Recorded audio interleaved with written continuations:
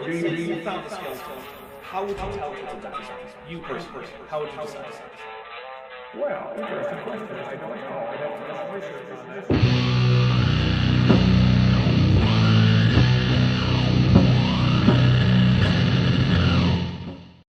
Hey everybody, welcome to Jackson with Jackson number 42, the Jackson 5, which is literally just 5 bad Jacksons on the thumbnail, because I'll be honest, I couldn't come up with something better in time, so that's what you got. So, deal with it. Good Jackson, how you doing? 2 Jackson, 2 wheat. There you go. Alright. Yeah. What are you drinking today? I'm drinking it. Coke. A Coca-Cola. A regular old Coca-Cola. Regular old Coca-Cola. Bottle Coke, not can Coke. Ah, I am drinking Yeah. a Captain Coke over here. Mm. Yeah.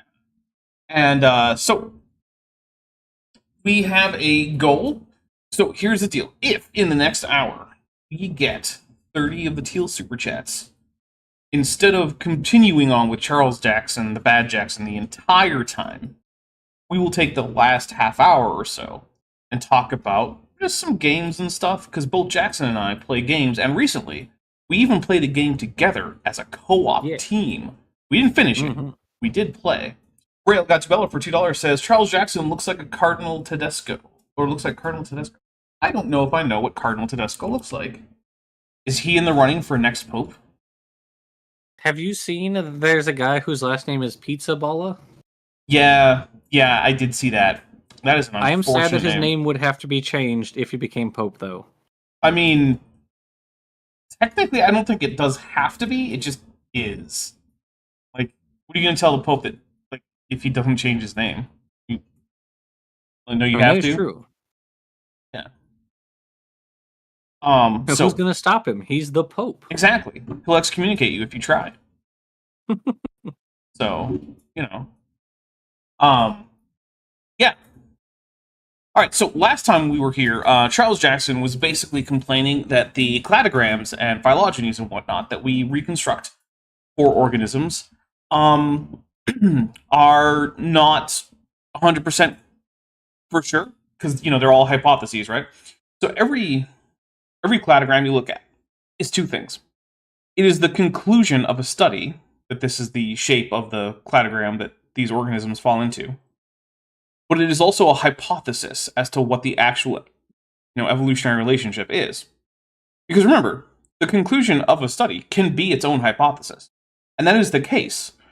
And just like all other measurements don't have 100% accuracy or 100% precision, neither do our statistical models for cladistics. Right? Like, if it did, that would be suspicious. If you came back to me and you said, this is the topography of the evolutionary relationship between these groups of organisms, and my my p-value is just zero. Zero. I would find that suspicious to the point that I don't think you actually did any of that math. Like, I don't... There are, however, there's a couple of really, really good papers on testing whether common ancestry is true, and one of them is on... So one paper is for a bunch of different things, and then another one's on primates specifically. Yeah. And it does have the p-value is it's 10 to the negative 100 or something like that. Something ludicrous. It's absurdly close to zero. But if you actually came to me and you were like, this is my cladogram, p is zero. Yeah, that'd be weird. Yeah, no, I don't buy it. Team Owen B Formula 1 Dog Racing says p hacking and testifies. Look, I have already caught John Sanford and Chris Roop p hacking. I'll talk about that in a second. But Bitcourse, who's been a member for 26 months and is at the Eminent level, says, lurking in a meeting, drink with a Godzilla, and we will take a drink.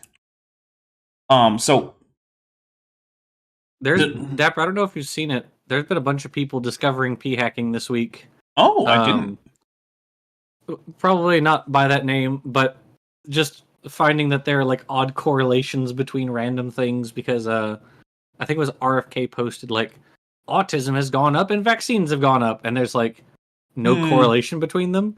And so other people have been posting like sales of organic foods and autism have gone up, or like M&M Yeah. sales and autism, or something like that, which has been very funny. Yep. So in particular, the p hacking I'm thinking of is when John Sanford and Chris Roop decided to try to get a curve of best fit, sorry, for the ages from Noah down to like Jesus. Mhm. And they strategically omitted certain names, and they also used a Roman life expectancy as one of the ages towards the tail end, which is entirely inappropriate because they were talking about lifespans, and life expectancy isn't the same thing as lifespan. Lifespan is how long you expect to die, or you expect to live if you don't die in childhood or as a result of violence or accident, right?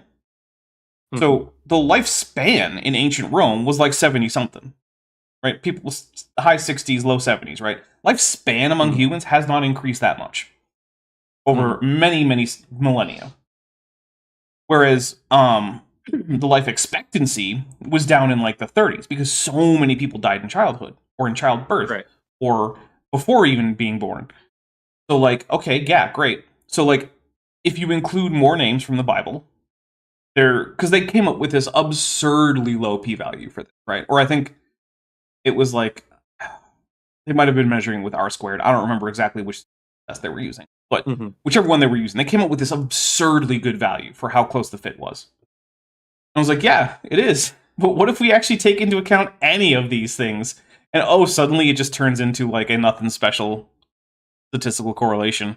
And in fact, if you don't cherry pick a bunch of data like they did, it turns out that the Sumerian kings list actually has a better curve of best fit alignment to an exponential function than theirs does. Lol. Yeah. LMAO even. Yeah, it's just like, okay, well, cool. Thanks, guys. Ray Elgatubello says, p-hacking, is that breaking into R. Kelly's PC? Fortunately not. So, in case anyone doesn't know, what p-hacking is, so it's a way that it's sort of an academic misconduct thing. Although sometimes it can be done unintentionally because you're not being super careful with your data. And basically what it is you're manipulating which data you include and which ones you don't, and things like that, in order to get a more statistically relevant fit for your data for some function that you're trying to fit it to, right? So the easiest one to understand is like a linear regression, right? So you run a linear regression on your data, and you get some line of best fit, which is not a great correlation. And so then you say, okay, well, you know what? These look like outliers. Maybe we'll take them out of the data set. And sometimes that's okay. But eventually, if you start taking out too many quote-unquote outliers, or you start only including data where you think it's likely to support the hypothesis you're going for, that can count as p-hacking. And it's not, like I said, it's not always an intentional thing, right? Like, it's okay to take out outliers sometimes. And so there's a fine line. Sorry, go ahead. Like, in those cases, you would probably run your analysis with the outlier and then run it without and see if your results are statistically significantly different. Yeah. Yep.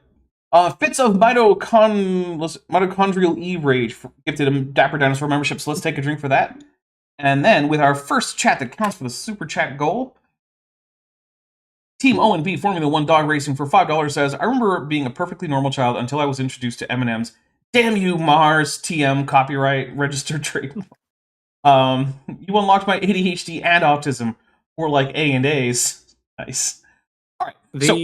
I think one of the like p-hacking charts that gets thrown around really often is like number of Nicolas Cage films and deaths by drowning.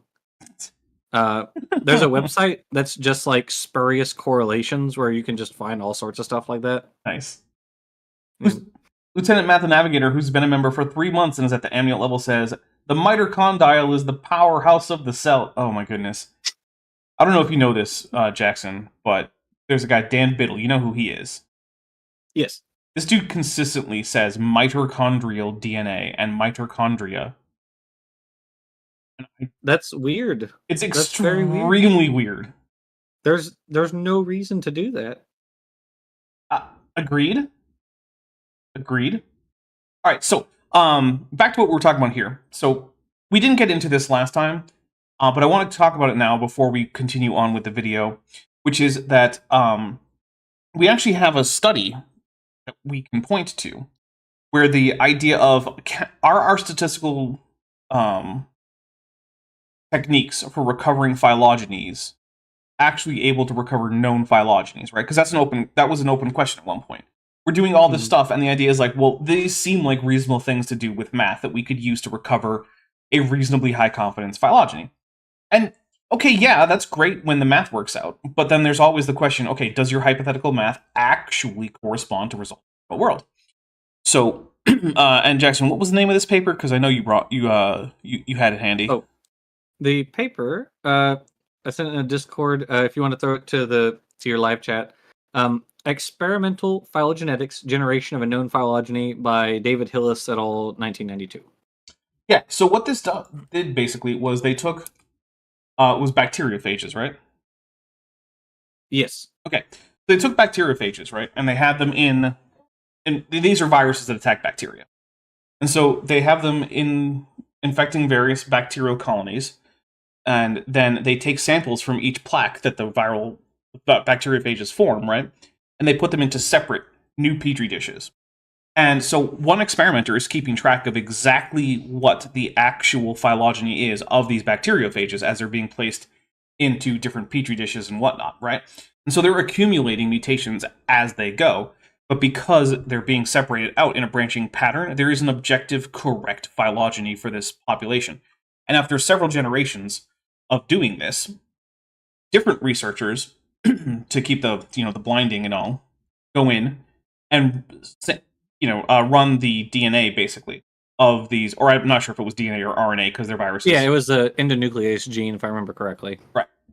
So they sequence this genetic material and they come up with a phylogeny, and they say, okay, here's the phylogeny that we're getting based on our phylogenetic techniques.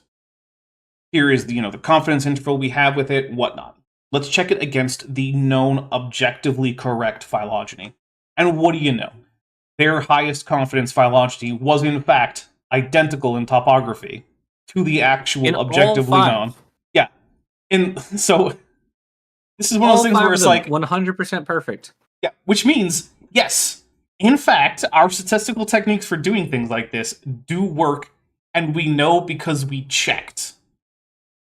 So, and it even worked with like one gene, which is one of the weakest ways you can use to get a phylogenetic signal.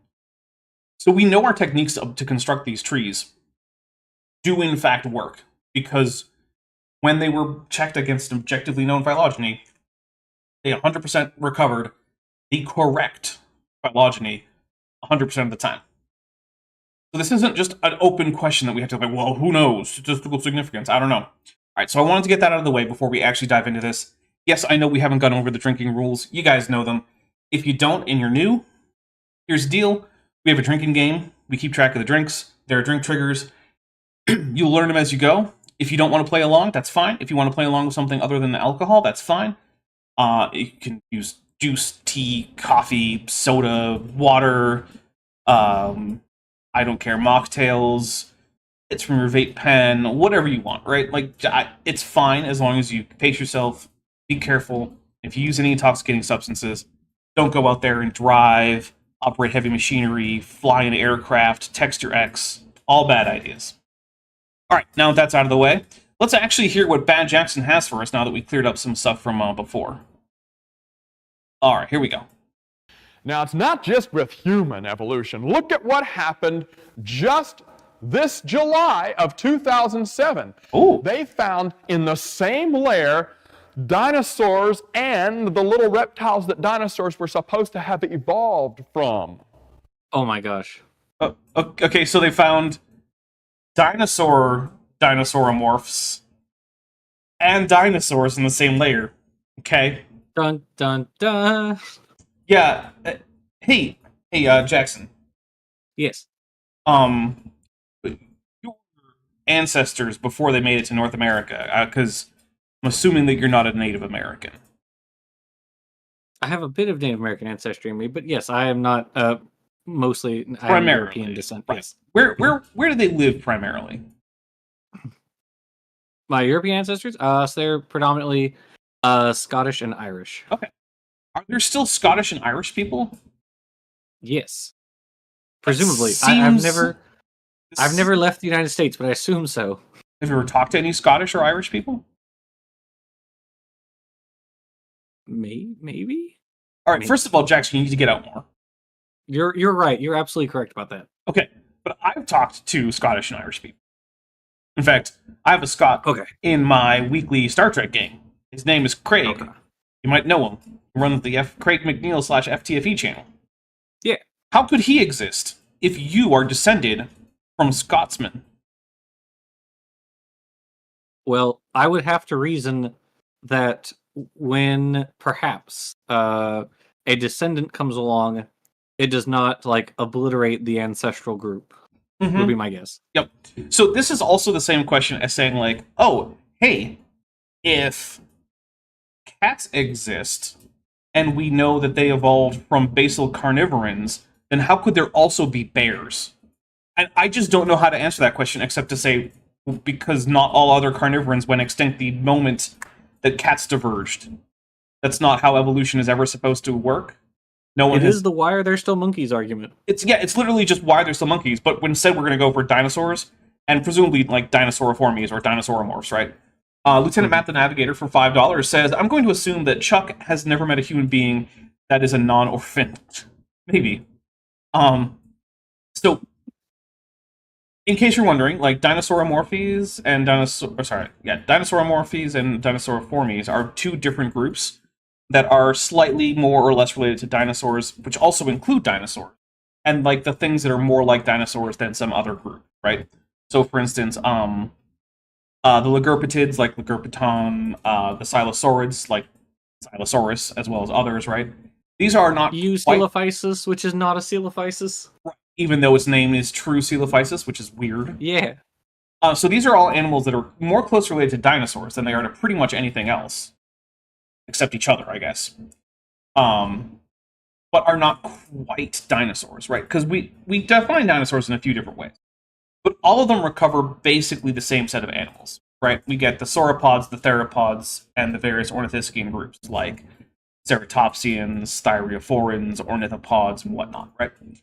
And basically, if you pick an ornithischian and you pick a theropod, and you say the common ancestor of this and all of its descendants, that basically is our definition for Dinosauria. Which exact theropod and which exact ornithischian we pick varies. I've heard Megalosaurus and Iguanodon. I've heard Triceratops and T-Rex. I've heard just the pigeon and Triceratops, which recovers the same animals as T-Rex and Triceratops, so I don't know why we're bothering with pigeons, but whatever. But all of those recover the same animals. But if you get something that's more closely related to T-Rex than it is to, say, I don't know, Dimorphodon, a pterosaur, but it's not as closely related to T-Rex as a Triceratops is, well, what is that? And the answer is it's either a dinosauriform or a dinosauromorph, right? Depending on exactly how close it is to dinosaurs. So all this is saying is that at certain points, there were both true dinosaurs and their close relatives alive at the same time. Which, like, yep. Because remember, dinosaurs are just one branch of dinosauriforms, right? That's it. That's all they are, literally. Just like birds are a branch of dinosaurs. Humans are a branch of apes, which are a branch of primates, which are a branch of mammals. That's all that's happening here. And it's very dumb. On That Bad sounds like Jackson's part. heresy. Yeah, basically. We should get the flamer. The heavy flamer. Again, this is like finding out that your great-grandmother and your grandmother were sisters. No. It's more like finding out that you have a cousin you didn't know about. Which happened to me once. Jackson, have I ever told you this story? Finding out about a cousin you didn't know about? No, I don't think so. So I'm on a bus in my hometown. As theropods usually do. Uh-huh. Right. And there's this guy who keeps looking at me on the bus. I'm like, keeps looking at me. And I notice he kind of looks familiar. He too was a Ceratosaurus. Well, this is a cousin from my adoptive human family, obviously. Oh, okay. Sorry. Right. All right, my bad. Yeah. So I'm like, what is going on? So eventually, he comes over and he's like, hey, I think we might be cousins. I'm like, well, okay, maybe. Name like your aunts and uncles. And so he starts listing off these names, and like every single one of them is the name of one of my aunts or uncles. And at one point he names my mom. I'm like, yeah, we're definitely cousins. And I'm like, oh, okay. Hey, what's your name? And, give him my name. I'm like, oh, cool, okay, cool. Yeah, because here's the thing, right? We have family reunions on my mom's side, but she had 11 siblings. We were never all in the same place at the same time, and some of them lived in places like Texas and Alaska. They weren't all getting over to Massachusetts for every single family reunion. So, yeah, that's what it's like. It's like being on the bus and realizing, oh, hey, that guy's my cousin on my mom's side because my mom had way too many siblings. Yep. Lieutenant Matt the Navigator for $5 says, well, obviously, a medium-sized theropod couldn't fit in a Mini Cooper. It's true. Very true. All right. Here we go. We're 1/10 of the way to the Super Chat goal. And not, indeed, one coming before the other. This is a problem. Nope, that's still... Oh my god, I'm taking a...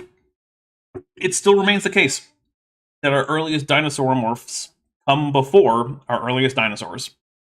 Yep. That is still the case. We have dinosaur morphs going farther back in the Triassic than we do our first dinosaurs, which is basically like Coelophysis and Plateosaurus and a few others like that, right?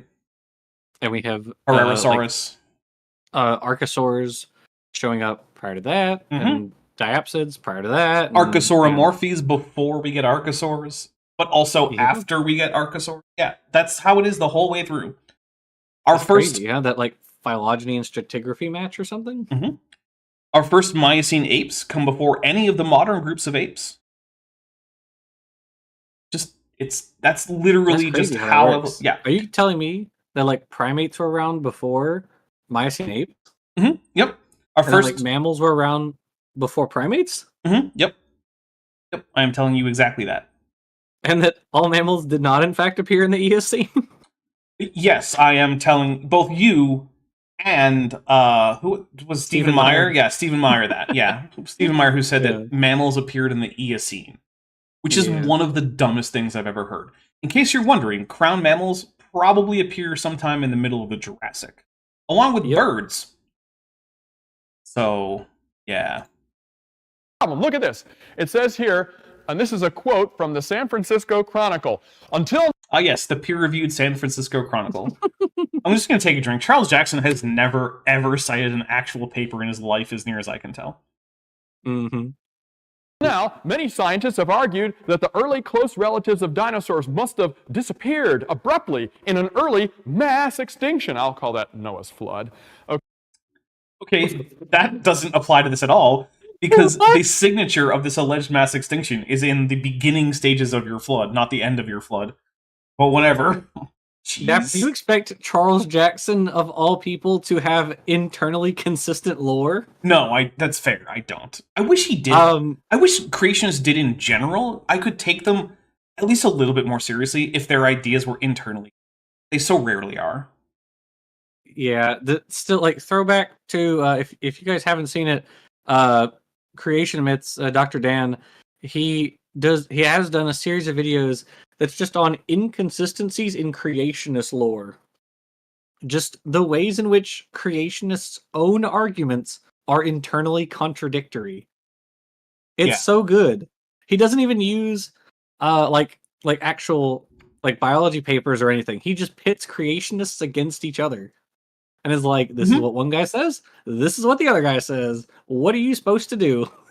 My favorite one is creationists arguing about where the flood boundary is. Right? Because all of them obviously have to think that after the flood, relatively normal geological processes take over. And so some of the geology of Earth that we see is actually the result of non-catastrophic post-flood processes, right? But where they put it, they can't agree, right? Some of them, I've heard it vary from all the way from like the end of the Cretaceous, which is pretty common. And then I've heard people argue for as close to now as like the beginning of the most recent ice age, so like, a few million years ago. And I've also heard people argue for as far back as like, well, what if maybe the flood actually, the barrier is actually the end Triassic? I was like, what are you but then they put forth these reasons why, like, it couldn't be the Jurassic or the Cretaceous because of these various features of those things, like, slow to build reef structures and all this stuff that are ubiquitous And across also, us. Dapper, Like, as we yeah. all know, all dinosaurs died to the meteor impact. All of them. Yeah, that's So another clearly- Dan Biddle thing. If you don't have early access to my channel, you're missing out on my latest 4 episodes about Dan Biddle, because this dude gave a like hour and change talk about his 7 myths about Genesis. And it is just one insane take from one point to another. And it just keeps going. And it's some of the dumbest stuff. And Gopher Wood beats Plasma Gladstone. I hope it does. Who's been a member for 42 months and is at the Sauropsid level. Thank you so much. Because obviously, Dapper is telling a story that's made up. Anyone who walked up to a dinosaur would ask, "Wow, are you a dinosaur?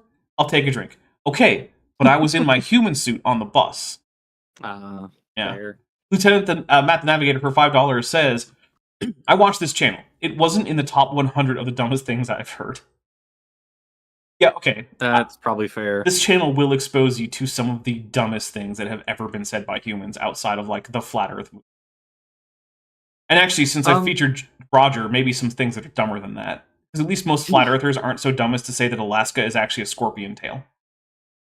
What? Oh, is it the mud fossil idiot? Yeah. Roger Okay, is the guy who alright, runs well. Mud Fossil U. And look, he says some of the dumbest things imaginable. However, I have trouble hating him. Because he just seems so enthusiastic and happy to be pointing things out. Although people have told me that his more recent stuff seems to be getting a little bit angrier, because apparently he's noticed that no one takes him seriously, and pretty much everyone who watches is doing it ironically. Which I can understand would be frustrating, right? I get that. But, I don't know, Roger. Roger, if you ever see this, which I don't think you will, it's okay. You're just wrong about basically everything you've ever said online. But that's okay. You can change. And if you wanted to change, I would be happy to help you with that. And if you wanted to, like, rehabilitate your image, become like the guy who just explains real geology, that would be great. I would help you get connected with geologists who like to do science communication. We could do a collaboration, Roger. If you ever wanted to switch away from being like the absolute craziest man on the internet ever since the Time Cube guy died, to just being a regular old science communicator, I'll help. I mean, if Jeranism can do it, anybody can do it. Yeah, seriously. I mean, that was a big flip from Jeranism. I was not actually fully expecting that. I gotta give him credit. He is now putting out anti-flat Earth videos. Like, he went out there to test his idea, was shown he was wrong, and was like, okay, I was wrong. I have to change now. And, like, that's... I mean... That's kind of impressive. It is impressive, although I will say his ideas have been shown to be wrong to him many, many, many other times before that. Oh, sure. And his only response was ever just kind of, uh-oh. Okay. And I mean, this is an idea that's been wrong for, like, 2,300 years. Right. And so, like, welcome to the party, I guess. But, you're a little late. Is what it is. The people who started have been dead for longer than most of recorded history. That's not true. But, like, yeah. Team ONB Formula 1 Dog Racing for $5 says, "Is Dr. Dan implying that there are some apologetic consistencies? By the way, no mammals until Anthropocene because there were no humans to witness them." So I don't know if Dan is trying to say that there are, in fact, consistent apologetics. I have not looked into all of apologetics, so I can't say whether or not there are. I could imagine there being internally consistent apologetics frameworks that may or may not actually be taking into account all of the evidence, right? Like, it seems at least hypothetically possible that you could have internal consistency. Because that's like the minimum bar for an idea, right? Does it make sense on its own terms? And if it doesn't, then there's no point in investigating, because it's not even really an idea. It's just a collection of half-formed ideas that you're just spitting out. Once two halves make a whole. Not if they don't go together, right? Like, if I have a half a pineapple and half a chicken, that doesn't make one of either. Like, I can't cook a whole chicken with that, nor can I make a whole pineapple out of that. But I can make cashew chicken. Anyway, okay. Not out of pineapple. You need cashews. Not out of pineapple. I make cashews and chicken. You put the cashew together with the chicken. There you go. And we are at 5 out of 30. Nice. Woo! All right, here we go. Okay, about 215 million years ago, which I'll call 4,356 years ago. Okay, cool. I'm just gonna drink for that. That was never clearly explained. Well, it was explained when Moses wrote it down. Okay, you know, these Okay, problems. so this I think that quote's kind of interesting because it's saying something that is clearly and obviously lost on this doofus. But what the paper is talking about, the article is talking about, is that there were pre dinosaur morphs that were around before dinosaurs, and then you have dinosaurs show up, and then according to this paper, after the dinosaurs show up, the dinosaur morphs just kind of disappear. Well, I guess the article is referring to some new dinosaur morph that was found that is a non-dinosaur. But it just kind of reinforces the point that, like, when dinosaurs show up, the ancestral group wouldn't just disappear; it would stick around. Right. And it did stuck around for a while. Mm-hmm. Also, Rail Gatabella for $2 says, "Upon tises renese ene sacos me pola." And I believe that they're in sacos. You didn't use the final sigma, buddy. That is the medial sigma, but that's okay. I'll still take a drink for it. Gotta get that final sigma in there.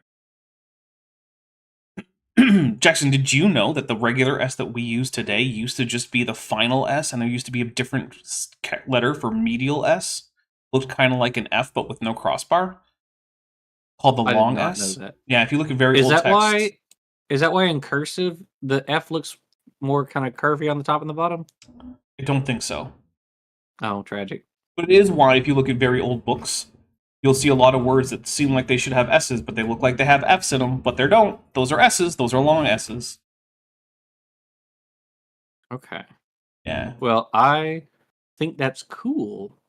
Yeah. And I don't know anything about the evolution of language. Well, technically, that's the evolution of the Latin alphabet, which is not the same thing. I don't know anything about that either. Hence my incorrect comment just now. There you go. You know, people say we don't have any answers. This is one reason why they hate the Bible, you know? Very few people hate the Bible, Charles. Isn't that like a Homer Simpson bit? This book doesn't have any answers. Yeah, like, there is a big difference between accepting everything the Bible tells you at face value unless you think it's too ridiculous, which is what Jackson does. Bad Jackson, right? There's a difference between that and hating the book. There's a big difference. Now, granted, there are some people out there who hate the Bible. I think it's kind of a weird thing to hate because it's just a book. I would say it's more reasonable to hate the various things that people have done that have been inspired by that book that have themselves been horrible. Like, yeah, okay. But hating the book itself is weird, right? Yeah. But yeah, just pointing out that the evidence doesn't support the historicity of some part of the Bible is not the same thing as hating the Bible. I don't hate the Bible. It's basically my job to point out that the Bible is not a reliable guide to the history of the world or the universe or life. I still don't hate the Bible. I still own like 6 or 7 of them. I still pick them up and read them. I still talk to biblical scholars about like the latest scholarship in the Bible. Like, it's just such a weird idea to me that, like, unless you treat the Bible the way I do, you must hate the Bible. No, that's not how that works, right? I also don't think that, say, like, the Quran is a great guide to the history of the world. And while it's less narrative than the Bible, it does have narrative bits in it. And I don't really think any of them are literally true. Like, I don't think Alexander the Great traveled really far to the east, found the place where the sun sets into pools of water, and met the tribe that lives there. I don't think that's a thing that happened. Doesn't stop me from owning 2 Qurans and reading them. Like, I don't know what to tell you. Kent Free Math Tutor for Jeff Halstead for $4.99 says, I respect my Bible. I keep it next to my jar of MJ. Hey, you know what? I gotta be honest. Getting high and doing a Bible study kinda sounds fun. If I'm being 100% honest. Like, I could see, like, me and Kip and Vishanti getting around a Bible, getting pretty baked, and doing a Bible study. I think that'd be fun. I would have fun with that. All right, here we go. Modern relativism and postmodernism claims there are no absolutes, there are no answers, conclusions are evil, and this book is just filled with answers. They don't like that. You know, this book even... Okay, so what... I'll take a drink because this is extremely stupid. And I'm thirsty. So what he's basically complaining about is postmodern literary criticism, and he's applying it to science, where it really doesn't belong, right? So postmodern literary criticism is much more complicated. Meta-narratives. Yeah, it's much more complicated than this, and it's much more nuanced, but I'm going to give you a basic overview. Which is to say that, hey, you do not have to take authorial intent or any other single interpretive framework as the correct one. Now, within various interpretive frameworks, there may be justifiable and unjustifiable conclusions, right? Like if you say, well, I am going to analyze a work of literature in terms of authorial intent, then you will absolutely be either right or wrong in your conclusions, right? And if the author's still around, we could ask, right? So if you say, hey, I don't know, J.R.R. Tolkien, I meant G.R.R. Martin, because he's actually alive. Hey, did you actually mean for the story of Ned Stark to be a commentary on the disenfranchisement of ethnic minorities in modern post-capitalist society? And he says no, and that was your thesis, then you were wrong. Objectively, according to postmodern literary criticism. But the thing is that you don't have to use that as your interpretive framework, and you're not wrong if you don't. So if you use a particular interpretive framework and you find meaning in a work of literature, no one gets to say that you didn't. No one gets to say that you're wrong about that. If you think a text means something and it means that to you, then it does mean that to you. But that does not mean that things like the statistics and data and experimentation behind science are just whatever anyone wants them to be. Because fundamentally, science and literary criticism are not the same thing. They're just not. And if you try to apply things you don't like about postmodern literary criticism to science, you're just going to come away sounding like an idiot. Because that is, in fact, the kind of thing an idiot would do. It's kind of like if you're talking about, like, oh, what about critical race theory? Are you teaching that to these 4-year-olds? Like, no, they're learning shapes and colors. Critical race theory is a theory of legal analysis that applies to things like laws that, while maybe not explicitly targeting, say, racial minorities, had the effect of doing that and were probably written with that intent.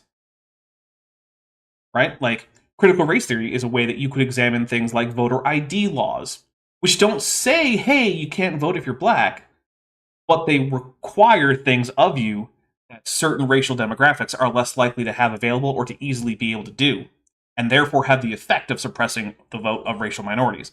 That's a critical race theory take on a law, where it's applicable. Did I tell you, Dapper, that I took a literary theory class I took it in 2017, which was 2 years before Republicans decided to panic over critical race theory? I did not, no. Yeah, it was very funny. It was really funny because, like, so when I took the class, I didn't think anything of it. If you told, like, when I took it and we got to the critical race theory section, the response to hearing that, like, okay, you know, some laws disproportionately affect certain minorities more than others. Mm-hmm. Your response should probably be, wow, that's so shocking. Who could have ever seen this coming? But no, Christopher Rufo, who is one of the guys at the Discovery Institute, by the way, had every Republican lose their minds over this for like 3 years? Mm-hmm. 3-4 years, something like that? Yeah. Yep. And actually, you can also use it to elucidate, like, the difference between laws that do target races particularly, right? Like redlining laws. Those were explicitly racial, right? They actually treated people of different perceived races differently based on their perceived race. I say perceived race because race isn't a real thing biologically. So that's not really what critical race theory is talking about, because that's obviously racial law. Instead, what it's talking about things like, why is it that crack cocaine drug offenses have such higher penalties than, say, powder cocaine? And even though there's nothing in any of those laws, federally speaking, that say, oh, you know, if you're black, we're going to put you away for longer if you deal drugs. That was the effect of those laws, and almost certainly the intent of those laws. Because by and large, poorer people smoke crack and richer people have powder cocaine, and it is not an accident that wealth tends to correlate with perceived racial categories. White people tend to be richer than black people, which means that these differences in penalties for crack cocaine versus, say, powder cocaine, that's something critical race theory can teach you about. Not going to teach you your shapes in kindergarten, though. That's not going to be a thing. That's not going to help at all, and no one's trying to. No one's saying, like, okay, how as a white person do you feel about the color purple? And Timmy over here, as a black man, or kid, I guess, boy, how do you feel about the shape triangle? No one's doing that. No one. Anyway, now that we're talking about that enough, I'll read a few super chats. All right, Lieutenant Math Navigator for $5 says, I believe Alexander might have been plastered enough one time to believe that given his reported level of drinking. Oh yeah, I mean, I can imagine that Alexander was reported to be a pretty big party guy, and I can imagine that he was influenced enough to believe he saw the place where the sun set. Rael Gatubello for $2 says, Quran is a must for anyone interested in Arabic, or anybody, sorry. I would tend to agree. I think it is, so especially if you're studying Al-Fusha, which is modern standard Arabic, the kind of Arabic that you're going to learn in a classroom, the kind of Arabic that gets used in news broadcasts and stuff like that, right? Then it is based on the Quran, like the Arabic of the Quran. And so being able to read that is a good stepping stone, or good practice. Al-Fusha is slightly simpler extemporaneously than Quranic Arabic. For instance, extemporaneous Al-Fusha usually drops the case endings, which are usually only retained in like pre-written speeches or things like that. But for the most part, they're basically the same thing. Also, obviously, Al-Fusha has words for things that like didn't exist when the Quran was written. Like there's a word for things like computers and trains and whatnot. But yeah, anyway. Chris McDaniel, who's been a member for 25 months and is at the Amniote level, says an author, can't remember her name, released a biography of Cheech and Chong. It was released on 420. Excellent. That is exactly what I would want it to be. Eris gifted 5 Dapper Dinosaur memberships, so let's take 5 drinks. 1, 2, 3, 4, and 5. And Border Barbecue, who's been a member for 20 months, is at the Amniote level, says 20 months. Make a good sack meat in that time. Things be questionable at best, but as always, Mothra needs a pelagic tunicate wall. No. But I will take a drink from Mothra. All right, here we go. Tells you which came first, the chicken or the egg? Yes, it does. Which came first? Yeah, according to creationism, it's chicken. According to reality, it's the egg, because eggs evolved far before chickens did. Even bird eggs evolved far before chickens. A chicken. See how simple? Okay. Next, I wrote a... Oh, that was a joke that I'm going to say it didn't land, because only like 2 people laughed. It sounded like it was, I think this is an audience of kids that he's talking to. Although it's hard to say, because he talks like this to everyone. He does talk like that to everyone, you know. Yeah, because no one has more disdain for their audiences than professional young earth creation. It is amazing the degree to which young earth creationists act like their audiences are just complete morons. Like just gibbering idiots, the way they think of their audiences. Oh yeah, I think it is time for a Bilbo, because I'm seeing 82 people watching, but only 41 likes, which means unfortunately... Oh wait, no, we did actually just get, right now, as I'm doing it, to the halfway mark, so no Bilbo. Good job, everybody. Post about this little finding, and this is, by the way, and if you want to get on my email list, there it is. I really don't. Just go to the website and sign up on the ordering page. It's free. I actually do want to know if this website actually exists. Like, is it still around from 2007? Pointsoforigins.com. Nope. Well, let me actually put the www. That looks like if like a serial killer note got transformed into a web page. Yeah, and also no, this is no longer working. It's now pointsoforigin.wordpress.com is currently the actual website. Looks like I didn't want to keep paying for the domain.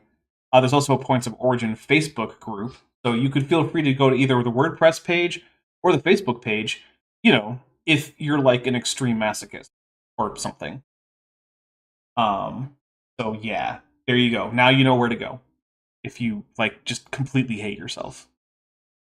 I got almost 3,000 people on my email list, www.pointsoforigins. That has the same energy as Nathan Thompson saying he has the largest flat Earth discussion group on Facebook. Like, okay, Nathan, cool, good for you. .com. Now, and both of them are plural. Was it Austin Whitsitt? It doesn't matter. Nathan and Austin blur together in my brain because they're both, pieces of crap who are flat earthers. Basically have the same talking point. Or else you go to an acupuncture website or a travel agency. Okay, so get the two S's in there. Now, I reported on this. There's that quote we just read, but here's what I said about it. Now, why find dino missing link fossils with dinos? Because of what we already said. Evolution is about branching, whereas basically what this comes down to is why isn't evolution orthogenetic, right? Why don't all of the pre-dinosaurs evolve into dinosaurs, and then the dinosaurs all evolve into birds, and then whatever? But that's just not how evolution is, and we've known this for about 100 years now, because orthogenesis, the idea that there were these evolutionary trajectories that lineages just took, and they couldn't deviate from them other than by going extinct. That's an idea that kind of got disregarded or discarded is really what I want to say, not disregarded, discarded. No orthogenesis In like the 1920s. Yeah, the whole orthogenesis thing, like there's like phylogenetic inertia. Once you get stuck in a particular lineage, you just have to keep going with that. Which is why they were like, oh, brontotherahorns got bigger and bigger. Which, by the way, they help. Didn't actually do that. Yeah, or what was it, the Megaloceros, the Irish elk? They said it was like, oh, its antlers got so big that it died because its antlers were too big. Mm-hmm. And actually, Stephen Jay Gould went and he measured a whole bunch of Irish elk antlers, and he was like, nope, they are proportional to the deer, to the size of the deer, just like all other deer antlers. They're just gigantic if you look at them in isolation. Yeah. Also, deer is also very large. Also, deer shed their antlers annually, which means that you can collect antlers without killing deer.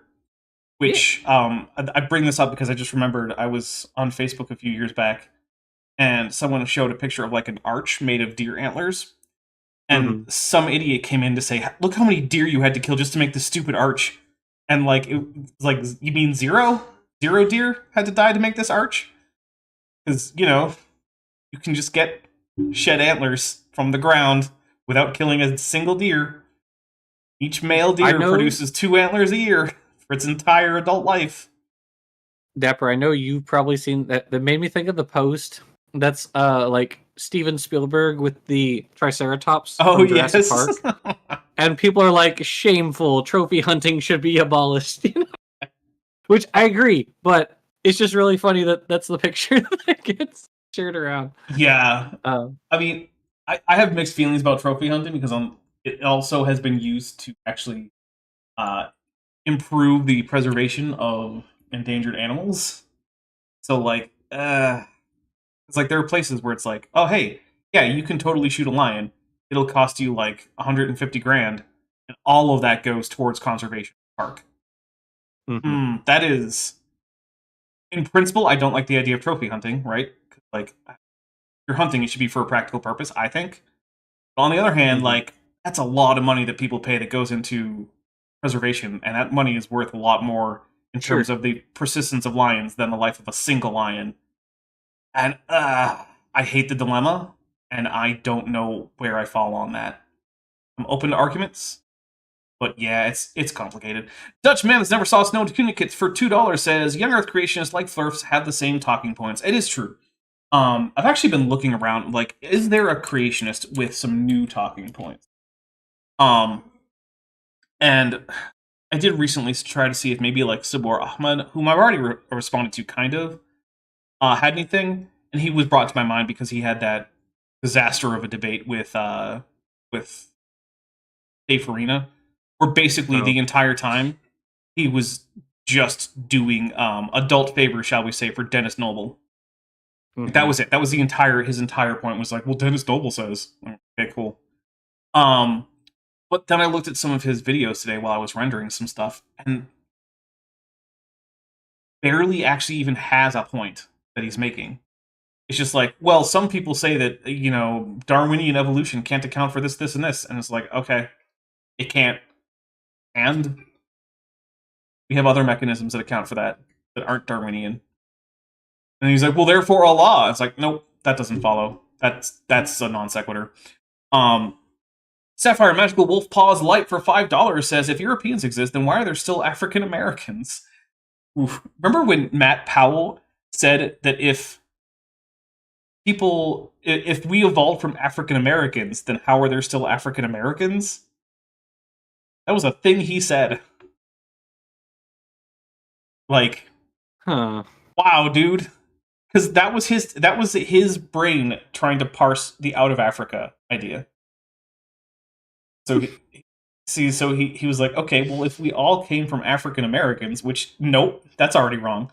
African Americans are a particular community of black people in the United States, came here, or whose ancestors came here as slaves. So that is not the evolutionary origin of anyone except those people. And then it was like, well, how come they're still African American? Like, oh my god. Dapper, I don't know if you remember, but when I had my back and forths with Long Story Short, like 5 years ago, he posted, I see Kevin Padian on here, and that's what triggered my memory. He posted a quote that he had kind of snipped. Well, actually, Long Story Short probably hadn't snipped it. Somebody else had, and he just copied it. That says, it was like, it says, birds came after... theropod dinosaurs came after birds. What? Is what yeah. Well, what had been snipped out was something like, in the fossil record, Coelurosaurian dinosaurs appear after the first birds. And this was a book from like the 80s or something like that. And so at the time, it was like, okay, we didn't have the earliest Coelurosaurian dinosaur was Archaeopteryx. Well, of course, we've like Guanlong. We've changed that by a lot. Yeah, we have lots of other Coelurosaurian dinosaurs that came from Archaeopteryx. But long story short, pulled this quote and we called him on it, and his response, we were like, you can't say that because obviously birds are a subset of theropods. So saying that birds, that birds came before theropod dinosaurs is like saying, Columbus came before Europeans or something like that. Yeah. And he actually tried like doubling down on that comment. Of course he did. He was like, but according to you, birds are theropod dinosaurs. Yeah, exactly. Like that doesn't help you at all. Why are they like this? It was quite wacky, yeah. All right.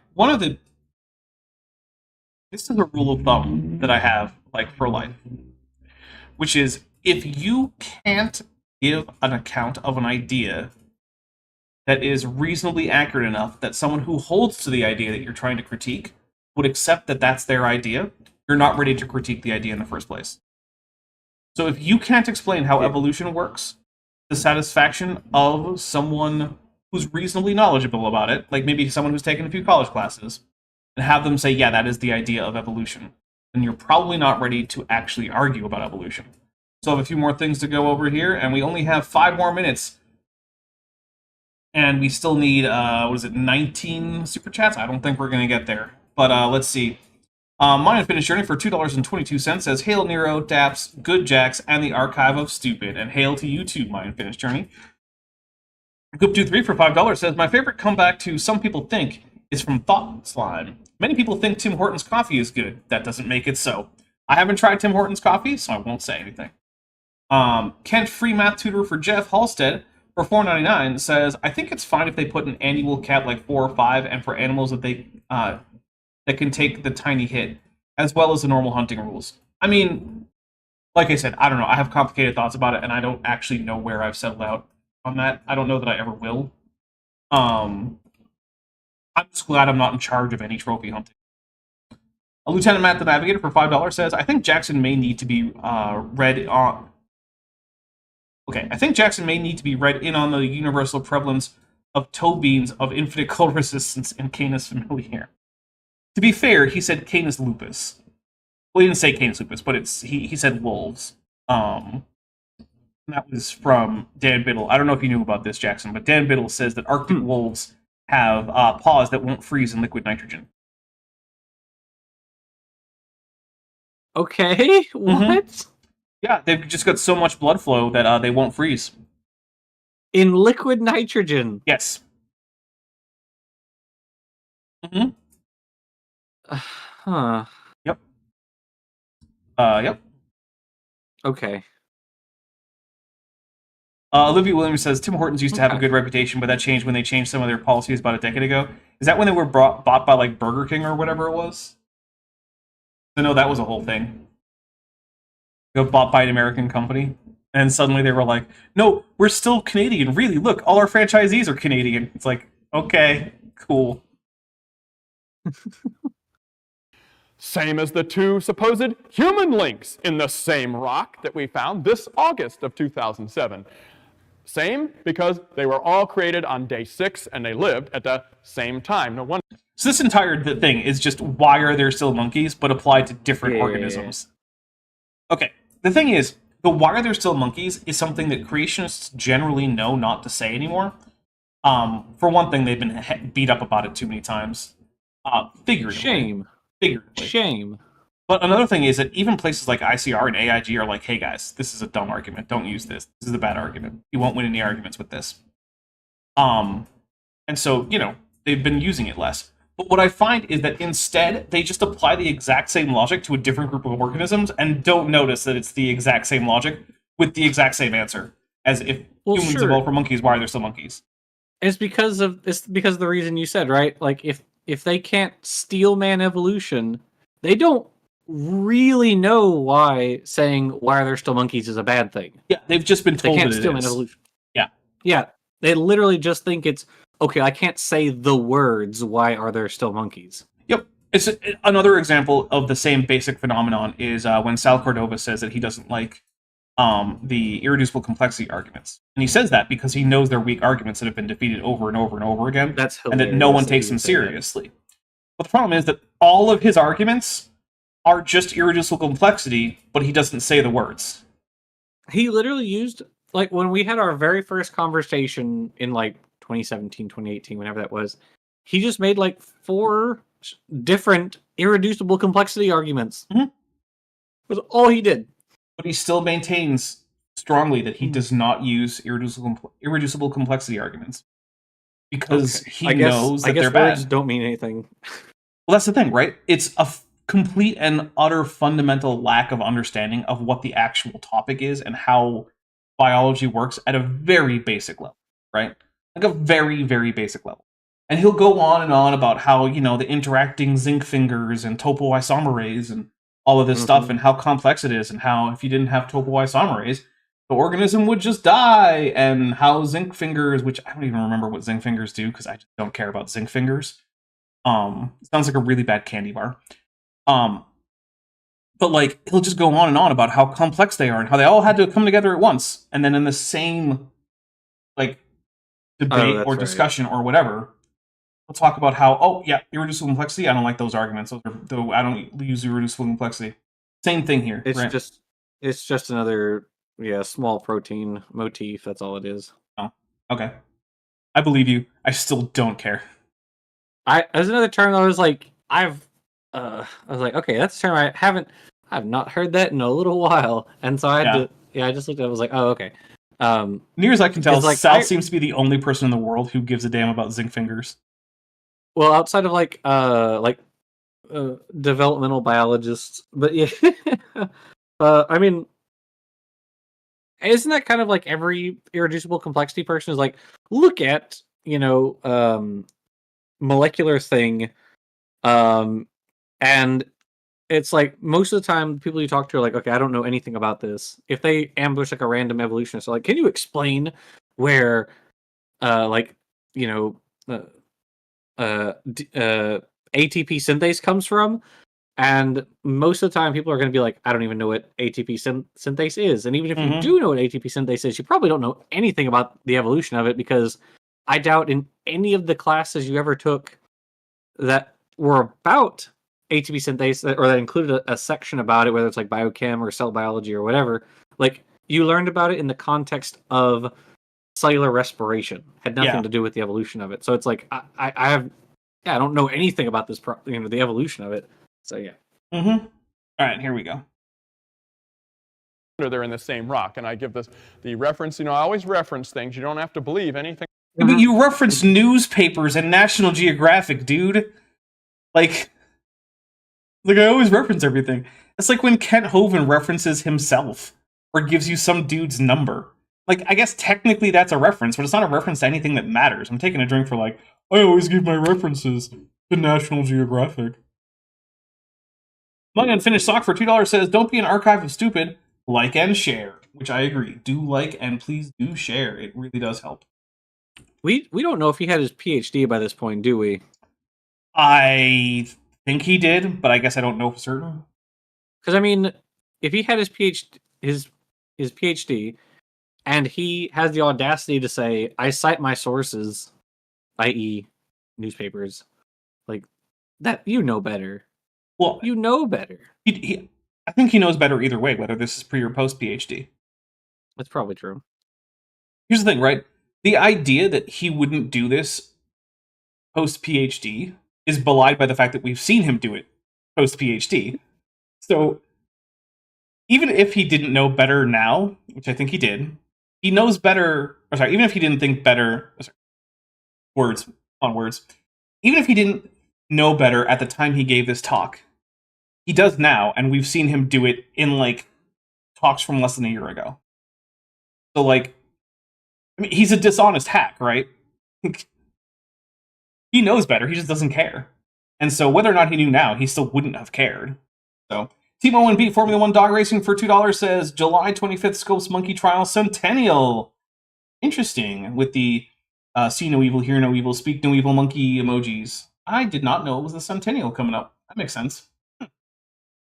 I'll have to watch the, what's the movie adaptation called?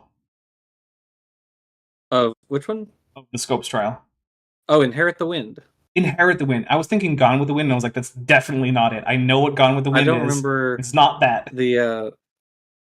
I can't remember what the quote, the biblical quote, but yeah, it's like, he who does something or does whatever inherits the wind, because it's like he's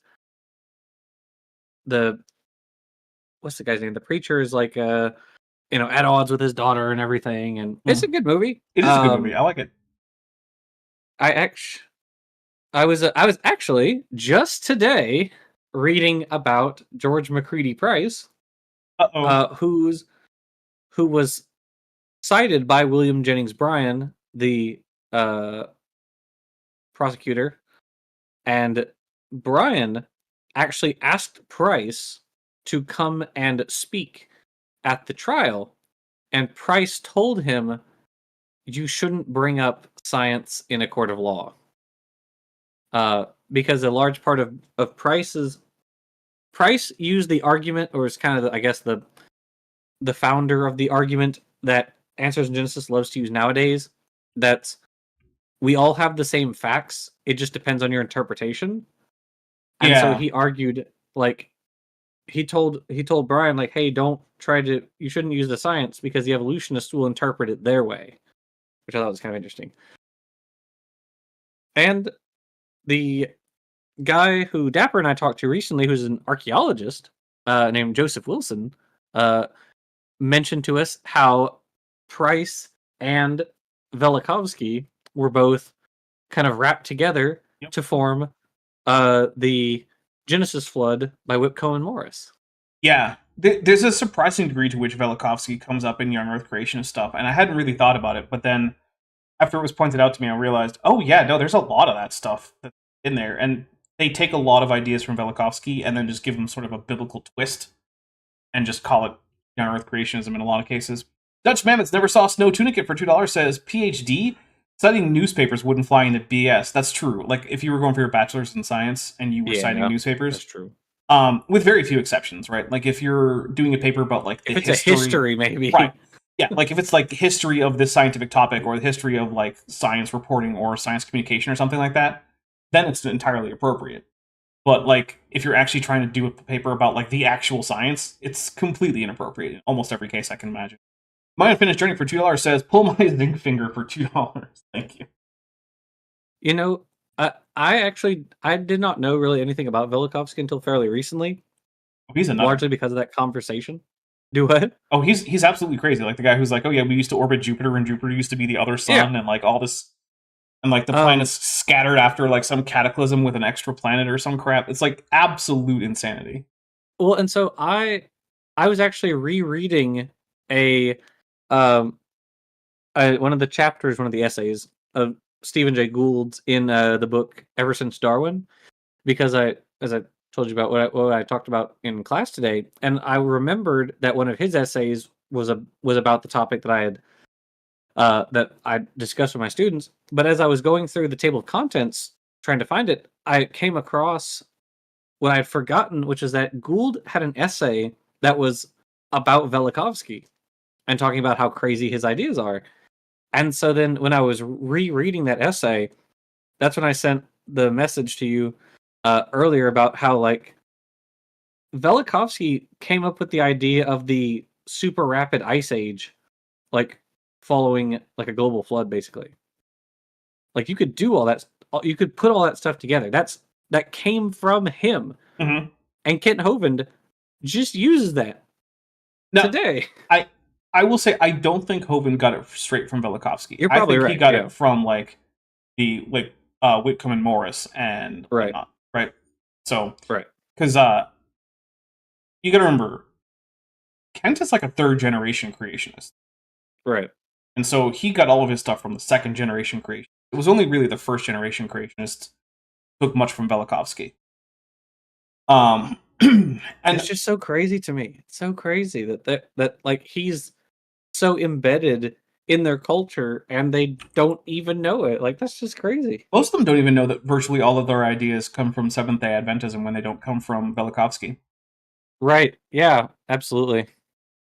A lot of this comes from the dreams of Ellen G. White, who had dreams about biblically like literalist-ish accounts of Genesis as like dreams, and that became part of her like prophetic work.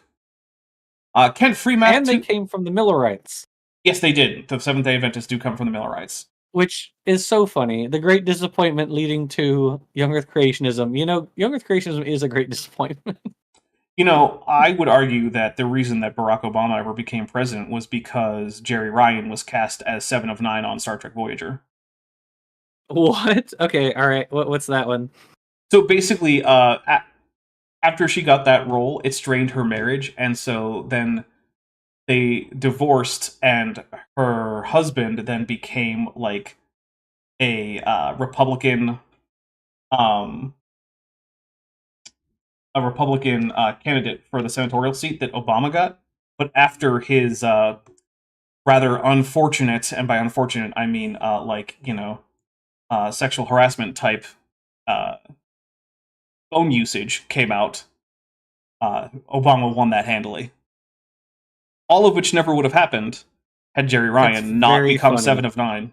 So, you know, That's really funny. That makes you think of that stupid meme that's like My Chemical Romance, Twilight, Ellen DeGeneres, and it links all of them. Mm-hmm. Yep. What the actual lesson is that history is extremely contingent, and the acts of individual people, while it's almost never the case that like the strongman theory of history is correct, right? Because there's no strongman in this story. But what it does mean is that the acts of individual or relatively ordinary people can have unintended consequences far down the road in major ways that no one would have ever predicted. And so you never know what's going to make it. Like he was going to be a sociologist, but like the position he was going to take, they like found somebody else to do that position, and so he joined Ludwig von Mises instead. What about his daughter Selma Hayek? Is that his daughter? No, they're completely unrelated. I didn't think so. They're just also a Hayek. Kent Freemath tutor for Jeff She's Halstead. not Selma von Hayek. for $9.99 says, yeah, I see you there, sitting there, not telling all your friends to subscribe to Dapper Dinosaur. Do it during the break. Bleed it on Blue Sky. Oh, we're going with Bleat now? See, I was going with Skeet, but apparently the Blue Sky people don't like that, which means I'm just going to lean into it harder. Lieutenant Math Navigator for $5 says, the following is a complete list of original ideas from the mind of Kent Hovind. Ellipsis. End of list. The Greek god Joe for 100 Argentinian pesos says, Seventh-day Adventists represent... Wait, were you a Seventh-day Adventist? I don't think I knew that. But we are going to take a quick break, because this drink is needing some refreshment. And so I will read this 22-month membership chat from Try Words of a King 7 Times Purified Rana. Sorry, Tiri. Words of a King 7 Times Purified Rana. Who's at the Tetrapod level and has been for 22 months, as I said. Osama bin Laden caused 50 Shades of Grey. Answers in Genesis is a bag of dicks emoji. That actually seems plausible. Alright, let's go on a quick intermission. And I will be right back with a fresher drink with more booze in it and whatnot. And in the meantime, enjoy a little coming soon teaser trailer for the next episode of Star Trek Endurance, which if you're not watching, I think you're missing out. We're having a lot of fun with that. This is only going to be episode 3, so you don't have much to catch up on. But here it is. Next time on Star Trek Endurance. Captain's log. Stardate 59967.8. We are en route to the last known location of the USS Tesla, a civilian science vessel that was investigating some of the spatial anomalies that are so common in the Shackleton Expanse. I hope that the Tesla is just damaged, but the scientists are unharmed. But, given the reputation of this region of space, I suspect this mission may turn into a body recovery mission, or worse. We are at warp now, and due at their last known location within the hour. The IKS Chontai and the IKS Pekovij have been assigned by General Kargan to do sensor sweeps in nearby sectors on the off chance that the scientists have gone further afield than we expect. The warp trail of the Tesla is not hard to follow. It leads to a surveyed world inhabited by a pre-warp civilization. But what are the scientists doing there? In finding out, the crew of the Kong Z will face a major ethical dilemma as their core Starfleet principles come into conflict with each other. With time running out and no good solution, what will the crew do? Find out on Decision Point, only on the Top Hats Off channel.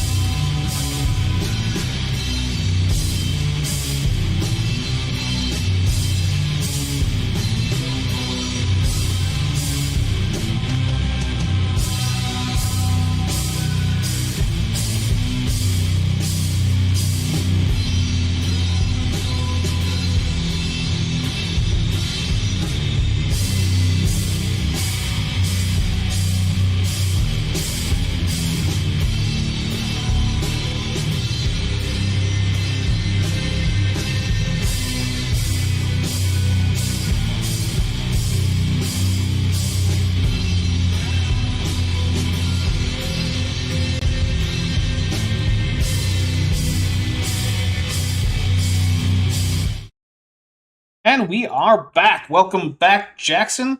Welcome back, chat. We got a couple things to read. Team ONB Formula 1 Dog Racing for $2 says, my fellow Americans, resistance is futile, with 3 of the red-faced, sweaty, panting emojis. Presumably in reference to Jerry Ryan playing 7 of 9. Then the Greek god Joe for 100 Argentinian pesos says, so the USS Tesla blew up. I see what you did there. In fact, first of all, I did not name the ship.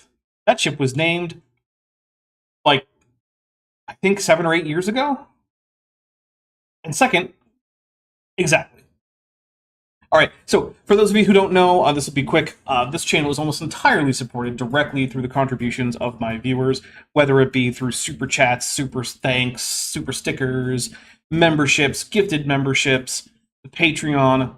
And so if you are currently not supporting the channel, but you are someone who can afford to and enjoys what I do and would like to see me keep doing it and maybe even step it up, especially since I'm probably going to need a hardware upgrade here this year, an expensive hardware upgrade, you know, please feel free to check out the channel memberships or the Patreon. Those both start at relatively low amounts. The Patreon starts at $1 a month.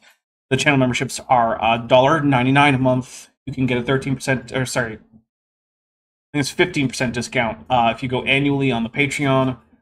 There's also other options. I have a wish list on Amazon. I also technically have a Steam wish list for Steam friends, which we can be. Just like hit me up and, you know, we can become Steam friends, because I'm very open to just being Steam friends with whomever. Let's see. There's also a Patreon and a wish list for Benthoven linked in the description. Jackson is linked in the description. Go subscribe to him, and I believe he also has a Patreon. Jackson? Technically yes. I There you go. don't remember the last time I looked at it. You might have $1,000 just sitting there waiting for you. I highly doubt it. You never know, man. You never know. You know what? Let's check it right now. I don't even. So technically, I'll Jackson check has it. a I'll get back to you Patreon. on that. Okay. So yeah, and again, only if you can afford it. It also, the Patreon and the channel memberships also give you early access to my videos, access to my cool Discord server, where I hang out fairly a lot. If you tag me, I'm almost certainly going to respond to that in there. But also don't like over tag me. Don't tag me like 8 times a day about nothing. Like, you know, have it be a real thing. Anyway, Zero says, I haven't looked through Dapper's Steam wish list in a while. I should. I did actually just recently add the Oblivion remake, because I have a lot of fond memories of Oblivion, from a long time ago, because it's Oblivion, and I've seen some of the like gameplay, both like in person, because Bent has it, and he's been playing a little bit, and also I watched some of a stream earlier today, and I was like, wow, that actually really does look a lot nicer than even Skyrim. I'm impressed. Anyway, here we go. Jackson, any news on your Patreon? I found it. Oh wait, hold on. Creator. There should be a payouts page in your creators section. It's a hey, $4 a month. Nice. Oh, how much is in there as payout? Like $1,000 or less? Oh, I think it does it. It does it automatically. It sends it to me. Oh, okay. So it hasn't just been sitting there. All right, No, that's fair. I don't have it do it automatically because, for purposes of keeping track of how much I make each month, I like to only take it out once a month. Oh, okay. So I usually take it out on the 2nd or the 3rd, and then I see how much I One- actually took out that, and that helps me budget. Anyway, here we go. I say, you can look it up yourself. You can read the same thing I read. New findings show that the disappearance of what Berkeley paleontologist Kevin Padian calls the dino wannabes was a long, very slow process. How can Padian, Hate Creation Group, National Science Center for Science Education Incorporated president, he's the president of Eugenie Scott's organization. I love that they're calling the NCSE a hate group. It's a hate. You know what? There's no hate like Christian love. Yeah, okay, so we've got a couple things to read here. First, Kent, free math tutor for Jeff Halstead for $4.99 says, Jackson's the kind of guy who rage quits on the asylum demon. You know what? That's not a drink trigger, but I'm taking a drink for it because I can absolutely imagine Charles Jackson rage quitting on the asylum demon. Jackson, do you know what that's a reference to? I do not. Sorry. The asylum demon is the tutorial boss from Dark Souls. You enter his arena, And like he's probably going to stomp you a few times, but there's a door that you can just walk through and walk out of his arena. And then later on in the tutorial area, you can re-enter his arena from a higher ledge and like jump attack him. And that takes out like a half of his health or something crazy like that. It's not, it's more like a third. And at that point you've gotten better equipment and whatnot, and it's actually a pretty easy fight. But yeah, I've definitely seen people bounce off on the first Asylum Demon encounter. And it's like, oof, guy, that is... Hey, you know what? Souls-likes are not for everyone. That's just how it is. I, for instance, can't stand Dark Souls 2. Didn't Elon like die to a tutorial boss recently? Yeah, he died repeatedly to the Path of Exiles. Sorry, tutorial boss after creating new hardcore characters. Because remember, once you die with your hardcore character, that's it. It's time to start back over from the beginning. Permadeath. And so, yeah, he on stream did die repeatedly to the tutorial boss. That's He's funny. also so bad at Elden Ring that after he shared his build for Elden Ring, his build is so bad that it has become its own challenge run category. I'm going to beat the game, but only with the stuff that Elon Musk has equipped. Only on the Elon challenge build. That's so funny. Oh my god. Yeah, because this is a man who desperately wants to seem cool with like the gamers. And he paid a dude to play one of his games, didn't he? It's Path of Exile. He had like Path of Exile. He had like a hardcore character who was in like the top 10 of like the world ranks of hardcore characters. Yeah. And the problem is the people who played that game a lot were like, bro, it's like a full-time job to do that. The only people who can get up there are like full-time streamers who do nothing but stream this game like 10 plus hours a day. There's absolutely no way Musk is doing that. And turns out, yeah, they were right. There is no way he's doing that. And when he tried to stream with that character, it was very obvious he didn't know the very basics of the game. Like what loot is good, how to tell if loot is good, how to use the map. Like he just didn't know any of these things. The Greek god Jove for 200 Argentinian pesos says, I'm talking with someone about the Nazca mummies. They say their joints don't match because they're small and had cartilage instead of bone. My brother in Christ, your joints have cartilage, and they still have to match. Yeah, that is a weird claim. I don't think I've ever heard of joints like in like a vertebrate that don't have cartilage. I'm not so sure about like arthropod joints because I'm not as good with arthropod anatomy as I am got with like vertebrate anatomy. achondroplasia if you don't have cartilage. Yeah, like that's a serious medical problem. Let's see. 01 says the mistakes he made while playing Path of Exile can't get past the first act without learning. Yeah, like that's the level of absolute nonsense that we're talking about here. Is a guy who made day one, you should learn this stuff, mistakes. All right, here we go. How can he explain this? Well, Padian and his colleagues will not say that his wannabes are direct ancestors of the dinosaurs. Well, yeah, because they were coexisting with dinosaurs, so they physically couldn't be. But the Virginia Museum of Natural History says those guys are surely on their way to being dinosaurs. How much do you want to bet that Padian was specifically talking about late Triassic non-dinosaur dinosauromorphs, and the San Francisco Chronicle was just talking about dinosauromorphs broadly?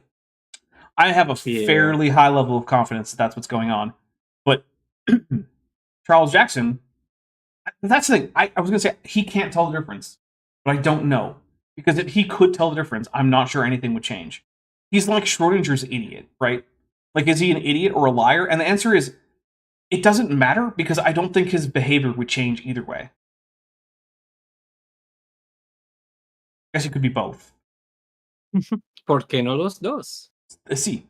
But, like, yeah, that's the thing. It really is like Schrodinger's idiot. Like, in order to figure out, you have to open the box. But the box is just, like, his mind, and I don't have a way to open that. San Francisco Chronicle. By the way, when it's in red, it's when an evolutionary source is speaking, and so that's what I color code it for. Well, if it's like the Bible where red text is Jesus, okay, except this time it's the red text is the evolutionists. Evolution. You know what? All right, we should start a thing where from now on, if you accept evolution, you have to always write in red. Always. In English, at least. I was gonna say because like That might be a problem in places like Korea, where the only reason to use red ink is if like you're writing like a dead person's name or something. Which maybe don't do that in Korea. I wonder if like Korean Bibles have a different color for like color coding Jesus's words. Hey, if you know Korean and you've seen Korean Bibles, let me know. Are there like red text editions? And is there a different color edition, like version of that? Because of the thing about the red text having a different purpose in Korea? Like, let me know. Lieutenant Math Navigator for $2 says the Red Letter Revolutionist. New channel. It will be based on Red Letter Media, except it's just 4 people who like to talk about evolution sitting around. They're surely on their way, wouldn't they? Dude, you don't have to scream. Like, Be before the dinosaurs? yeah, most of them were. Let's take a drink. Hooray!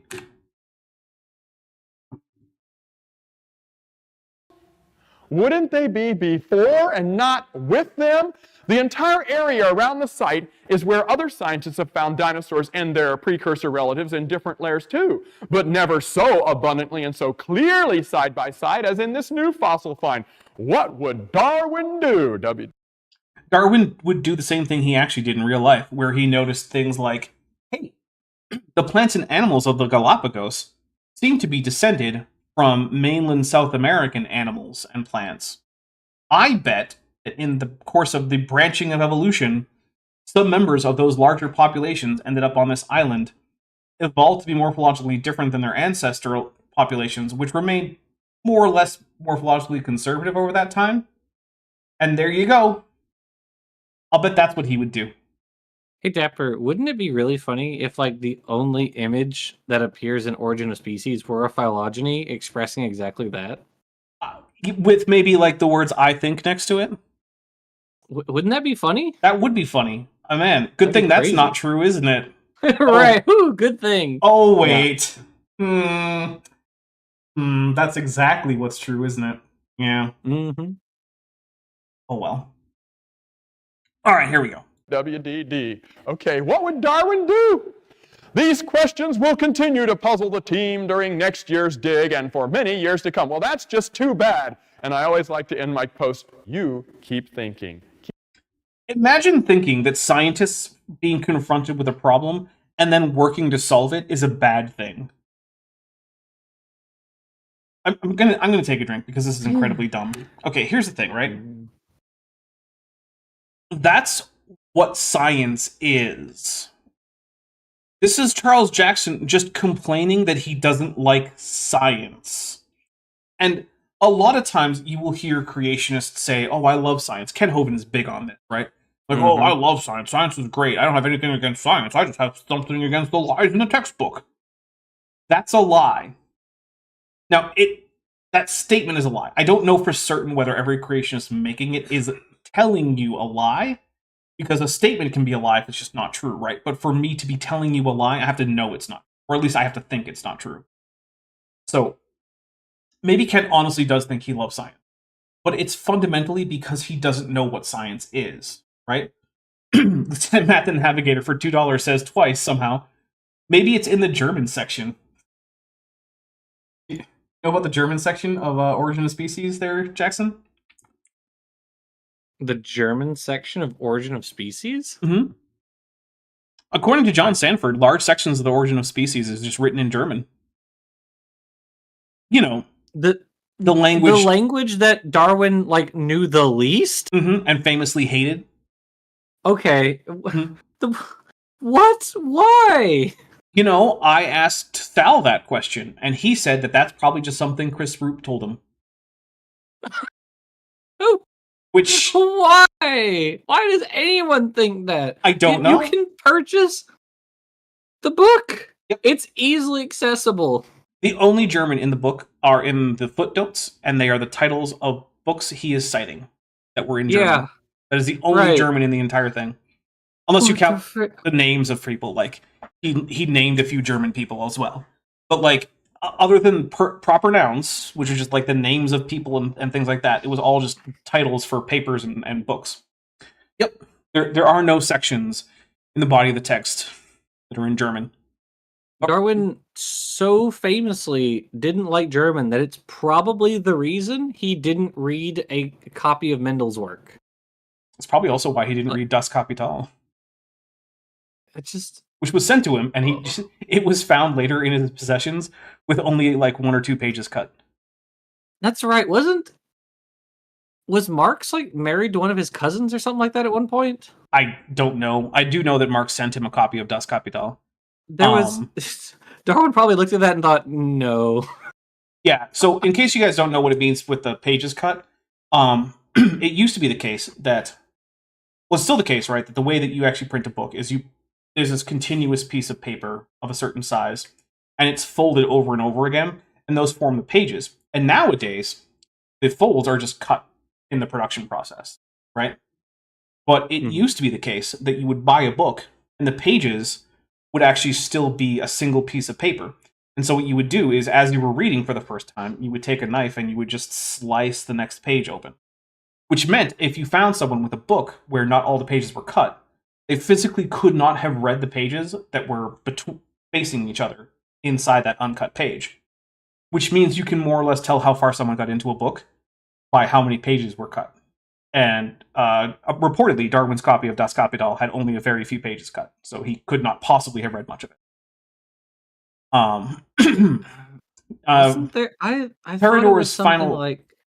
I'll have to find it.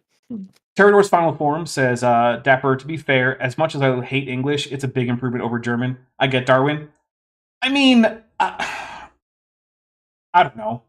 I don't know enough German to say whether or not it's a big improvement. I think English is a bit crazy, but then on the other hand, it is my L1, so like it is weirdly intuitive to me, even though I know objectively just how weird and stupid English is. Like, I don't know.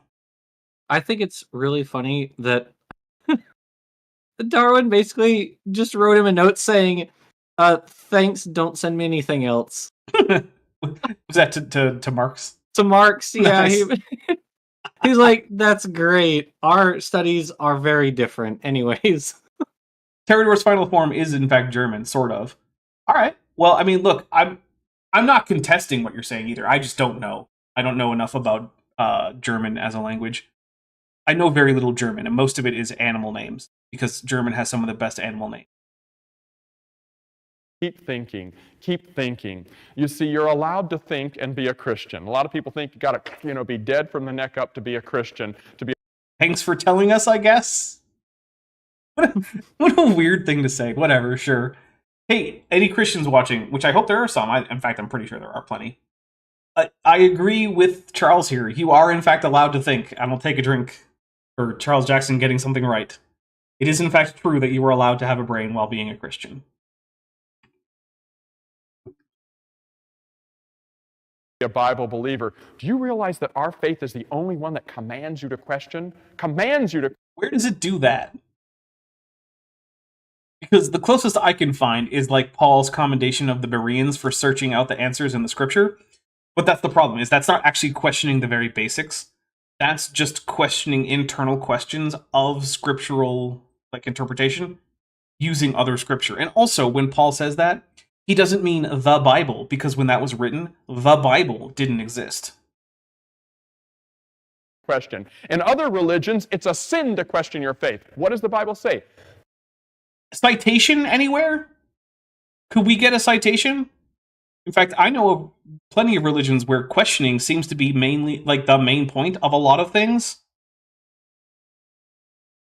Like, the entirety of Buddhism came out of some questions about, what is the meaning of life, and what is life, and how do you escape the problems of life. And it even started with, Siddhartha Gautama, the Buddha, the OG, the Buddha, wandering around and seeing instances of human pain and suffering and asking what this is because he lived such a sheltered life. So I would say that, arguably, the very basis, the bottom level of Buddhism is asking questions. If you want to find people who are going to ask questions and debate questions all day, I encourage you to go look at any Jewish literature. Because that's basically what most of it is people asking questions and debating questions. So I reject entirely the idea that Christianity is uniquely welcoming of questions. In fact, I generally find that a lot of Christian groups, when you land on answers that aren't the ones they've come to, are actually pretty intolerant of that whole process. They might be okay with you asking questions as long as you finally settle on the answers that are approved by them, but that's not an actual open and free inquiry. Now, that is not true of every Christian group that I've ever encountered or been associated with, but it is true of some of them. Terrador's final form says, no, Buddhism is about worshipping Buddha. That's almost exactly what it's not about. Kent Free Math Tutor for Jeff Halstead for $4.99 says, if Paul did mean the Bible, then that part would have just been the Spaceballs VHS scene. Yeah, because he would have had to have knowledge of future events in order to do that kind of thing. Yeah, it is important to remember that anytime the Bible references Scripture, it cannot mean the Bible as a collection, because the Bible as a collection wouldn't really be formulated in any coherent way until 4th or 5th century. So no. Test me, try me, prove me, taste and see if the Lord is not good. See if I will not bless you, shaken down and pressed together, a good measure overflowing. God's not scared of questions. He can take it. Okay. But what if someone comes up with the answers that you don't like there, Chuck? That's the thing. Impossible. Except that it happens. It happens routinely. It happens within Christianity. It happens between Christianity and other religions and non-religion. People routinely come to different answers about the questions that Christians like to pose than Chuck does, including about Not origins. If their interpretation is different from mine.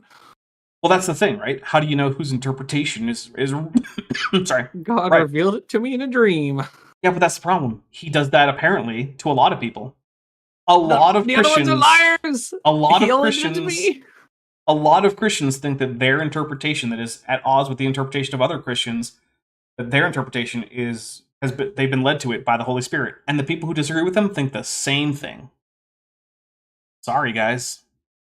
Truth can take examination. I'm not talking about questions that are designed to destroy knowledge.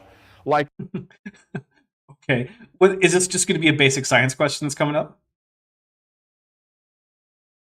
Goop23 for $2 says, test me, try me, taste me. No thanks, I'm asexual. All right, here we go. That foolish question.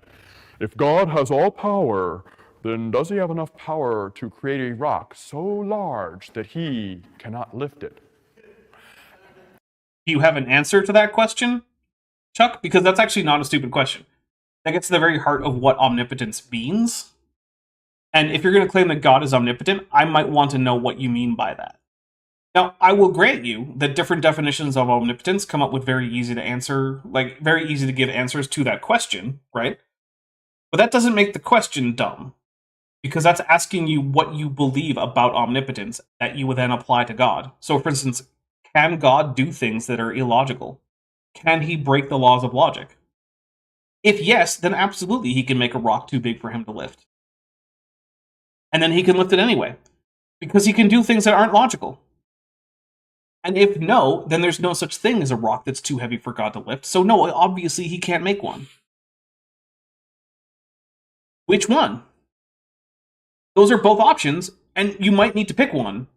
And dismissing the very question that leads to this dilemma about what you believe about omnipotence doesn't negate the fact that you're going to have to make that decision if you want to have an internally consistent idea of omnipotence.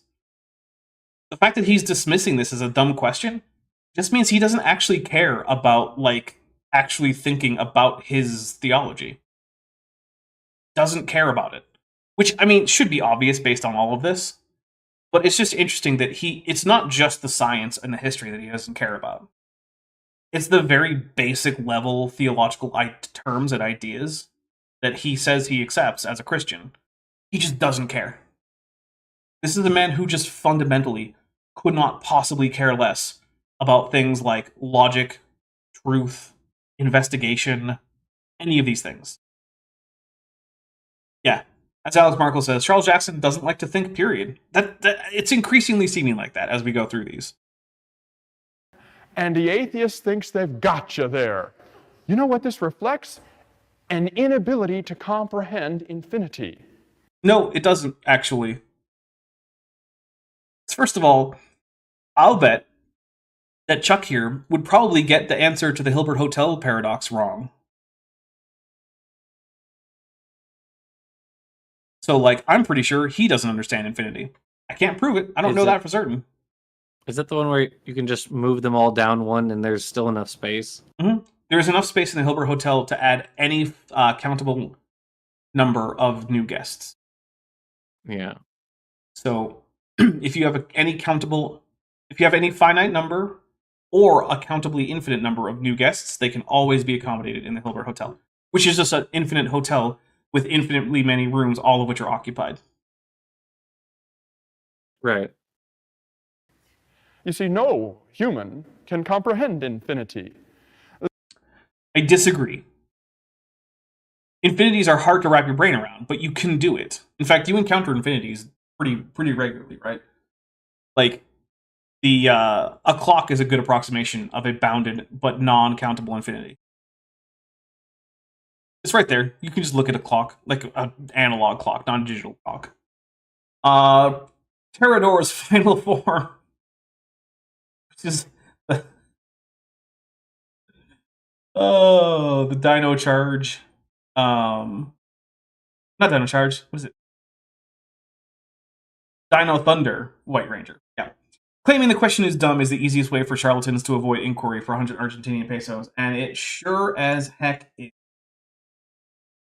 And so we must not lay this finite box on top of God, because it's just not true.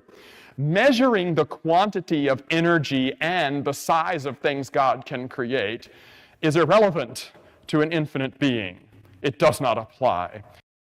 Thereby demonstrating that Chuck here actually thinks this is a question about mass and energy, which it's fundamentally not.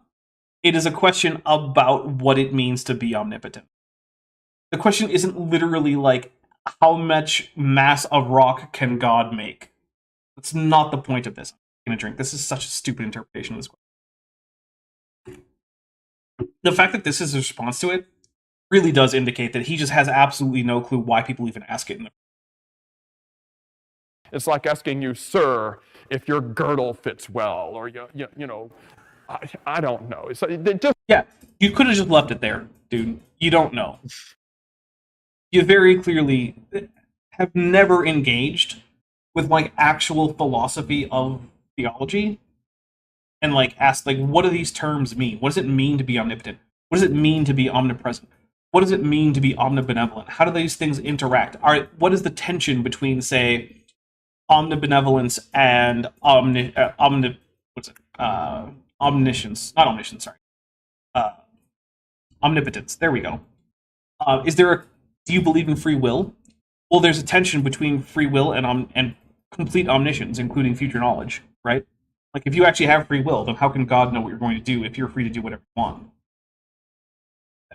No, none of that matters to him, because those are all stupid questions, because really what you should just do is you should take the Bible, you should read it, and you should interpret what you're reading the way he does, and then you should just believe his interpretation. That's the only real way to truth. Why bother asking any of these questions?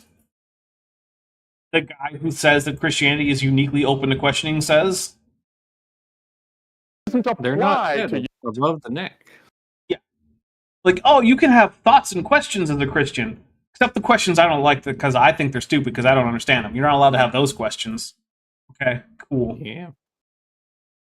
I mean, unless you're really disguised well, okay, it just doesn't apply. And so applying finite thinking to an eternal, infinite God doesn't work. The question is flawed. Or like, where did Cain get his wife? Or what about the second creation story? I mean, didn't actual like church fathers have like discussed those passages though, haven't they? Yeah, they have. That's the thing. These are actually real questions that people actually really struggle with. And him just being like, who cares? No, dude, people care. If you're going to tell them this book is clear, without error, perspicuous or it has perspicuity, whatever, I don't care, words are stupid. These are questions that are going to come up. And, like, it is... The thing that really bugs me about this whole section is that he started this out by saying that Christianity is uniquely open to questioning. And now the next thing he says are listing off categories of questions he doesn't think you should ask. So I was reading earlier today about different church fathers who, and like the history of metaphorizing in the Old Testament, because we deal with young Earth creationists a lot, and a lot of young Earth creationists are under the idea, the delusion that like people always took the Bible literally when they didn't. And so I was reading a post about a couple of different church fathers who were, and some of their thoughts on like how to take particular things allegorically or metaphorically instead of literally. And one of them was even, I think it was it Saint Gregory of Nyssa? I think that's who you mentioned to me earlier.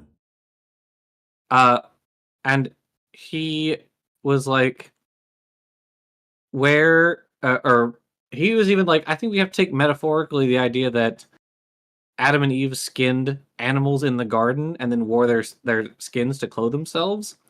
And that's such an interesting thing to be concerned about. Mm-hmm. I don't know. Yep. All right, here we go. Look at these kinds of things. We're allowed to question. Read, study to see if these things be so. Be like the Bereans. Yeah, except the thing is that when I did that, I came to a different conclusion than you, Chuck. So now what do I do? You're very obviously wrong about a lot of things, including the Bible, but also, most especially, what I care about, science and history. So what do we do with that? Chuck doesn't have an answer. He just has a list of questions you're not allowed to ask. Study, look and see. Oh, there's so many flaws in the Bible, so many contradictions. Oh, I mean, there are. really? Oh, yes. Lots of them? Yes, so many. Do you know any of them? Oh, I have lots. I know lots of them. Yeah, well, give me one. Who killed Goliath? Luke and Matthew birth dates. Yep, Luke and Matthew birth dates. Who killed Goliath? Who found Jesus' tomb empty? The order of creation in Genesis? Just a few. There's a few. How about that? Start with those. I like that the response to the Luke and Matthew birth dates forced creationists to either propose that like there were multiple governorships by Quirinius when we have no evidence for it, or there were like secret censuses that we also don't have evidence for. Secret That's pointless like census. Yeah, that's like all they can come up with. They're like, maybe they did one prior for reasons. Yeah. Okay. In fact, the Gospels are so famously contradictory with each other that for many, many years, the Gospel harmony, which was an attempt by Christians to create a single, non-internally inconsistent account of Jesus' life, was like a popular kind of Bible fanfic that people wrote. These were extremely popular for a while, the Gospel harmony, where someone would just sit down and say, okay, how am I going to make sense of all four of these Gospels as one narrative? Because they're famously contradictory. Things happen in different orders, they happen in different places. If all of those things happened, then Jesus gave the same sermons, apparently multiple times in multiple places, to similar crowds. How many times did Jesus feed a few thousand people? Because the stories about him feeding people don't line up across the Gospels completely. Interesting. Okay. Yeah. Right? Like, there are contradictions all over the place. And so, sure, you can come up with crazy scenarios about how, like, well, maybe Jesus actually fed 5,000 people, like, 3 different times across 8 different sermons or whatever. Like, okay, yeah, maybe, but there's nothing to indicate that, and it's fabulously more unlikely than just the Gospels are not literally historically accurate in everything they report. There you go. Yeah. Like, that's a much more likely explanation.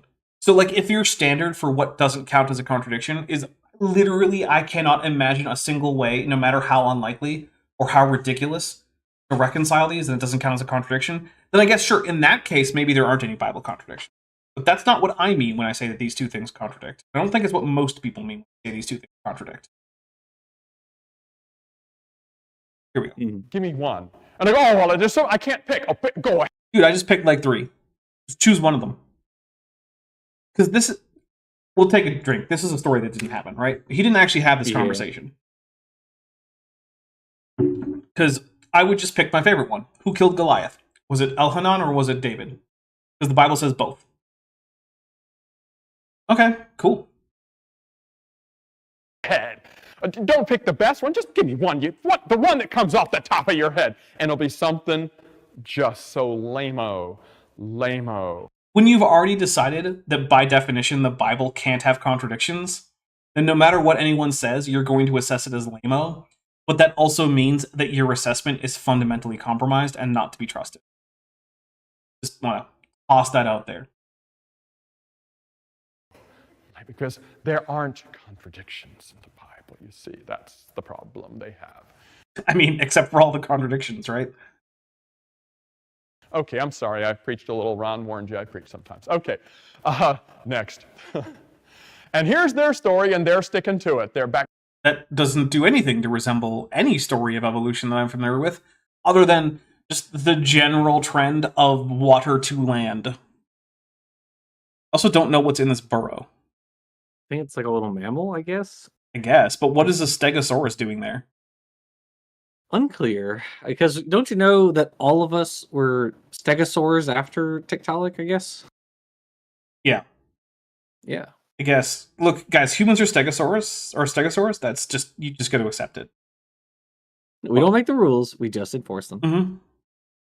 And apparently they're also hairy fish monsters, which is what's circled in red there, I guess. I don't know what that's supposed. Oh, you know what? I think it's a bacteria. The fact that it circles, yeah, okay. The fact that it circles means he's probably going to talk about it. Bacteria turned into fish, turned into amphibians, to reptiles, to mammals, to cavemen, and then to us. That's the evolution story. I mean, except that it's not, right?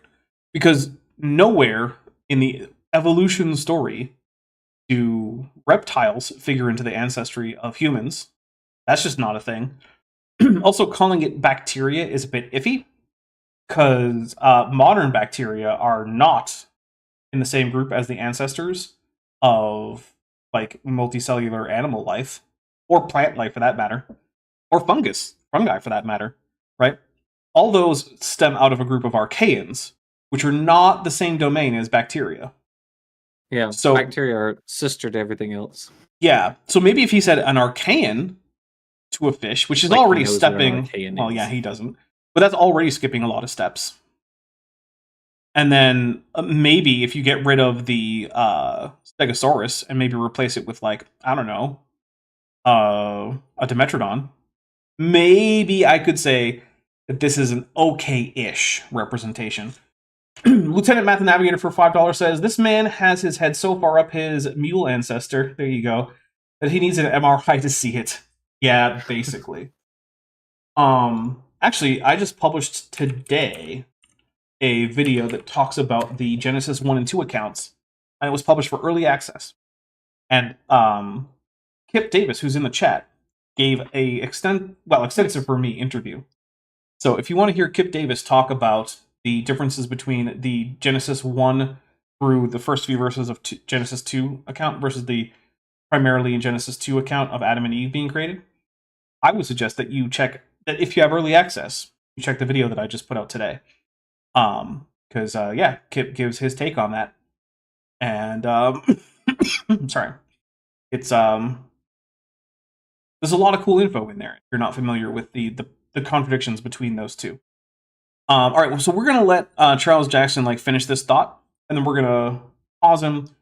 We're gonna close this out, and yeah, here we go. Cartoon next. Now here's what Dr. Roger Lewin said in Science Magazine in 1982. I'm going to wrap this up with the frustrations they're having, the jig is up guys feeling that they're getting, and then what I think they're going to do about it, and who they're going to tap, and who's going to rise up and save evolution. And by the way, this video, for the record, was filmed in 2007, so just bear that in mind for the next segment. Right, which means we get to know how accurate his predictions are. Time.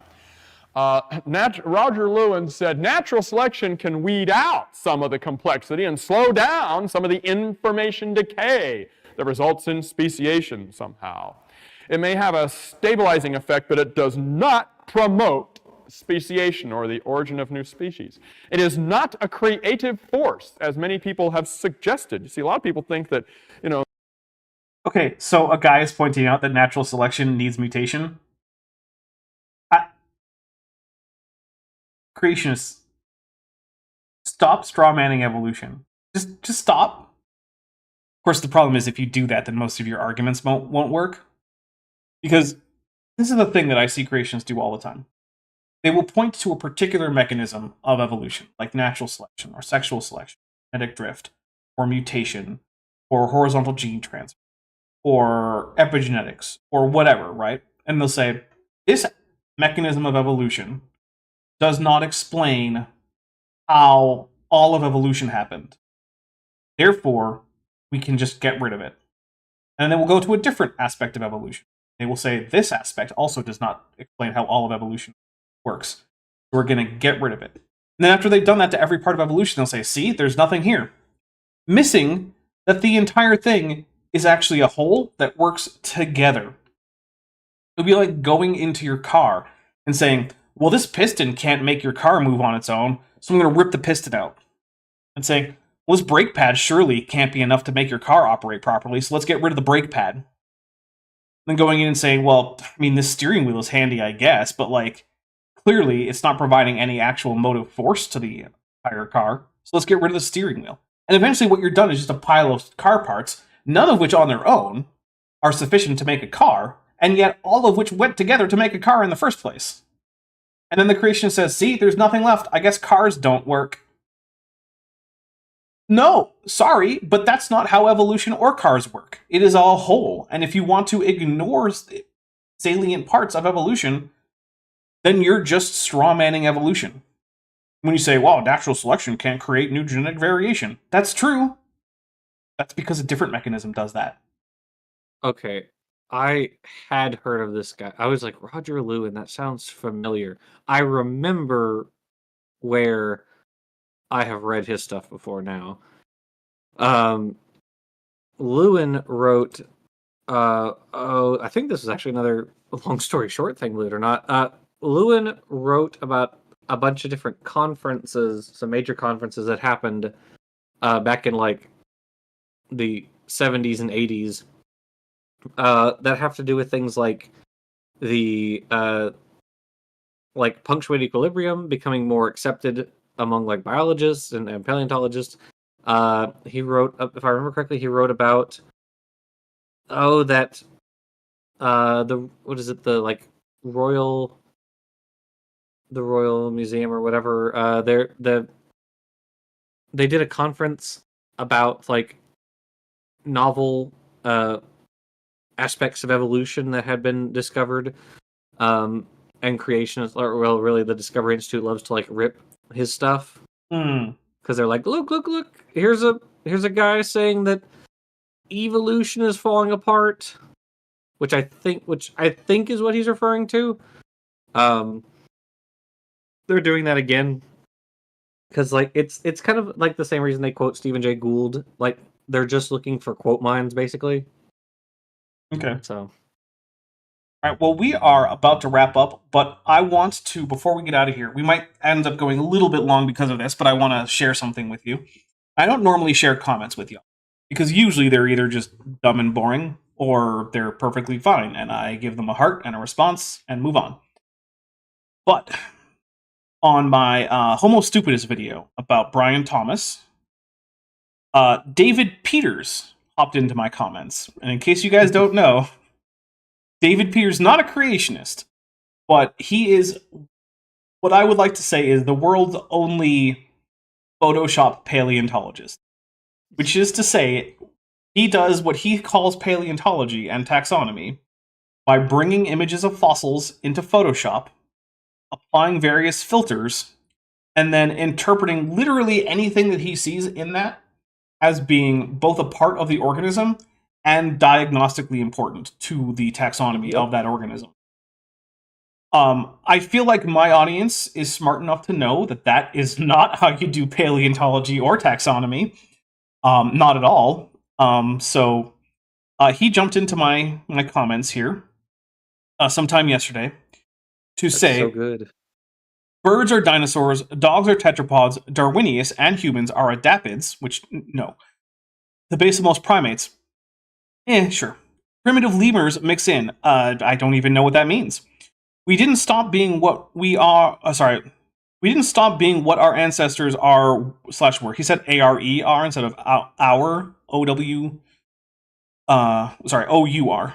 So yeah, there's that. Okay. By the way, bats and colugos are also primates. That's not true. Mm. The ii is not a primate. Yes, it is. It is a multi-tuberculate close to Megaconus. Which, first of all, if it were multi-tuberculate, it would have multi-tuberculate teeth. It doesn't. So no. Literally, no, it's not. For the name. Right. Australopithecus is a chimp bipedal by convergence with the ancestors of humans, which include Hylobates, already bipedal when terrestrial. So that is him saying that humans are in fact gibbons, which no, they're not.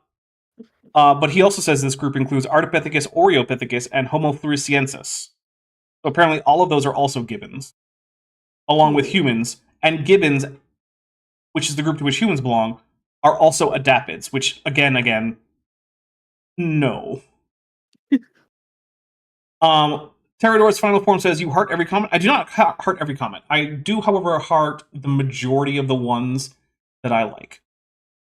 Yeah, David Peters is a special character. He wrote, I've only interacted with him once it was the comment on one of my whale videos, and he said that like tenrecs are the ancestors of dolphins. Mm-hmm. Yep, I remember that. Because they can echolocate, which no, that's just not true. He also says that baleen whales are actually what is it? Desmostylians, which is also very untrue. Desmostylians have some of the most distinctive molars in the entire of Mammalia, and no like archaeocetes or any other like animal leading up to Mysticeti, which is the baleen whales, has anything even approaching those molars. So no, they're not. I found it. Well, let me finish this comment from him. So he goes on to say the last common ancestor method should be the only method used, which I don't know what he means by that, because to me that is what people are using. Cherry picking traits will always get you in trouble. Use a cladogram. This from the man who says that pterosaurs are lizards and birds are pterosaurs, but also in this comment says that birds are dinosaurs, so apparently lizards are also dinosaurs, according to David Peters. So my response is just, hi David, how are the vampire pterosaurs doing, you clown? With a clown emoji.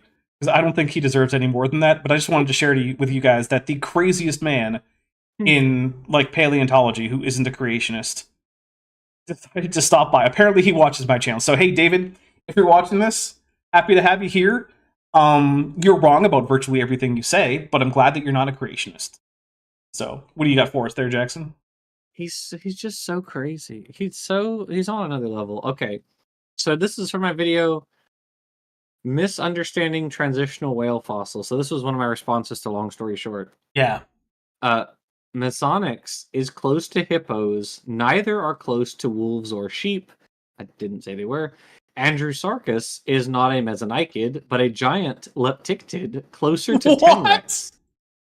Your whale cladogram is no longer current. Odontocetes arise from archaeocetes, which arise from tenrex, which echolocate. Mysticetes arise from mesonychids, hippos, and thrakabunids, and finally, desmostylians. Oh no. I just want to point out that we know that archaeocetes generally didn't echolocate because they don't have a carve-out in their skull for the melon, which is an important part of echolocation in odontocetes. So even if tenrex can echolocate, archaeocetes wouldn't have inherited that, which still means that odontocete echolocation would have been convergently evolved, even if he's right, which is just beyond crazy. He says, omitting pertinent taxa is a major sin in the sources you used. Rather than reporting on the shabby work of others, you sound interested enough in the subject to run your own tests. Try it. Then you will be a scientist instead of a journalist. All other candidate taxa were tested here where whale ancestors are known and validated by testing all available candidates Back to Cambrian Oh. headless chordates, and he links his blog. I can't think of any Cambrian headless chordates. Can you? Headless chordates? No. Like, Yeah. your chordates are a... Hold on a second. Like, even our earliest chordates, like Picaya and whatnot, they have heads. I mean, they're not terribly distinct. Misty says, not all Tenrecs echolocate, though. I can't imagine that Right. David Peters cares one bit. Crania. I like, yeah, I can't... I'm not aware of any headless chordates. I don't even... And- what does that even mean? And Gopher Wood beats Plasma Gladstone for $5 apparently was reading my mind, because I was about to say that we should get these two together. But Anne says, just imagine if David and Roger melded their minds. No, don't imagine that. The world is crazy enough. Yeah. Imagine if we could get, like, David Peters to, like, get his ideas about taxonomy and statistics into the brain of Roger from Mud Fossil U, so Roger can tell us about how this island is actually a giant dolphin, which is in fact a kind of Tenrec. It's like, oh no. Yeah, And so echolocates. yeah. So yeah, David Peters was originally a fairly well-respected paleo artist. In fact, I don't have it anymore, but I used to own at least one of his books. The one about raptors. Which was still before we knew that they were fully feathered, but still, he had a really good eye for like he wasn't overly shrink wrapping, and this was back in like the 90s.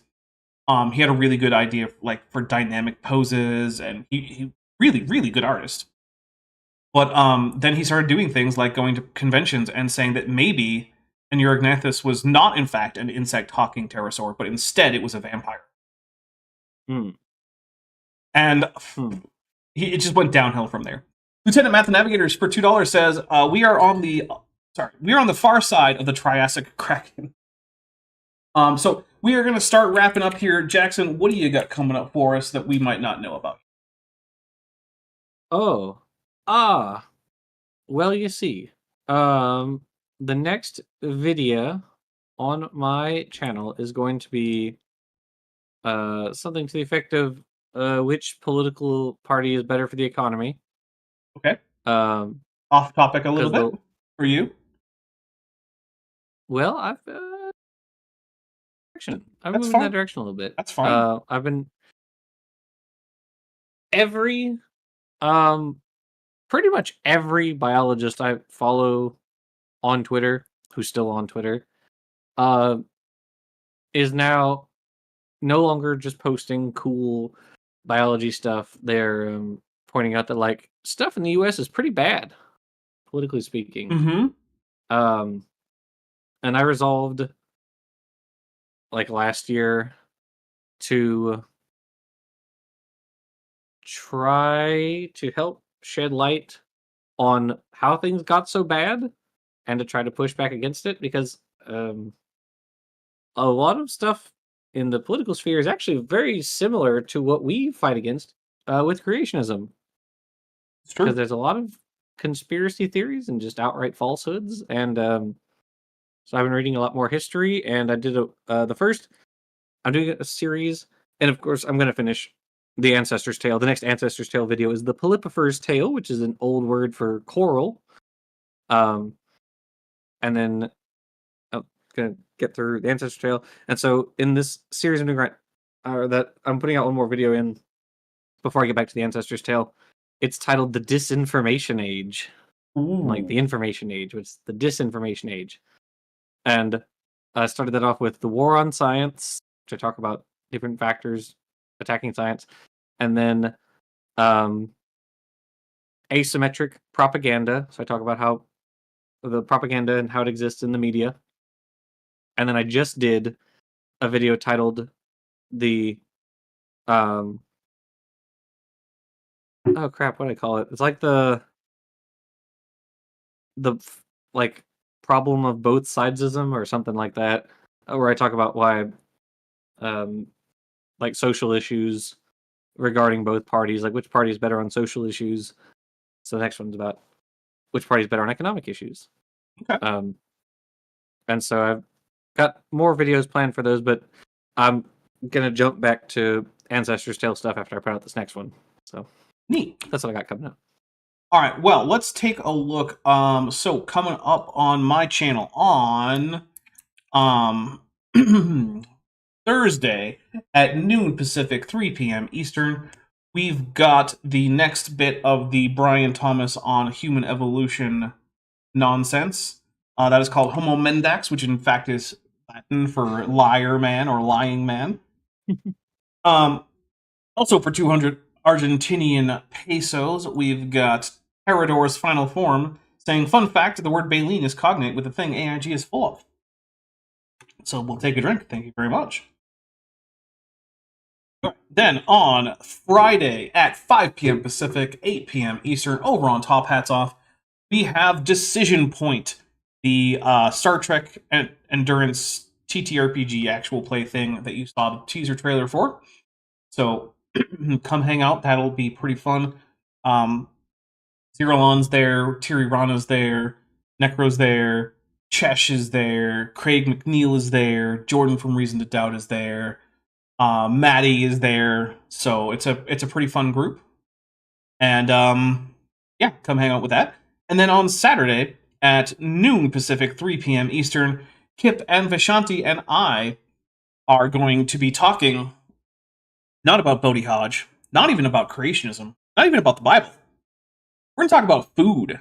Food we like, food we hate, recipes we want to try, recipes we recently tried, maybe even cocktails. So yeah, just come on over for that. You guys met a very high super chat goal one Saturday for that.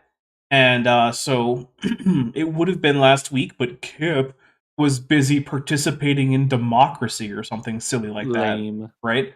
So we couldn't do it last week, so we're going to do it this week. Which means, of course, never participate in democracy ever. That's not true. I don't actually believe that. Anyway, we're going to get out of here. I am not doing Power Rangers today because I have already had an extremely long day. This is already our 16, coming on upon 17 for me of the day. And it's not that late. So, yeah. I'm going to go to bed soon. Bye, everybody. Have a wonderful rest of your week. Hope I see all of you on Thursday. Hey, before you leave, I just want to take a second to thank my patrons and channel members, especially those pledging $20 or above. Van Tovend, Furgevara, Tapioca Weasel, Whispers, Max Cherry, North Texas Fossils, John Ackerman, Strawberry Vein, Dr. Tapioca Weasel, Elleron Teller, Ian Chen, Kelvin Brostek von Manen, Landon Knoll, Mabbity Babbity, Sphincter of Doom, and Volus. It's because of my channel members and patrons whom you're seeing on screen that this channel can stay afloat. Without you, it would all shut down. If you want to join the team, there's a link to join the channel below this video, and there's a link to join the Patreon in the description. On the Patreon, you can get a 10% discount for pledging annually, and either way, you get early access to virtually all of my scripted videos, often 3 to 5 months before they come out for the general public. Thanks for watching.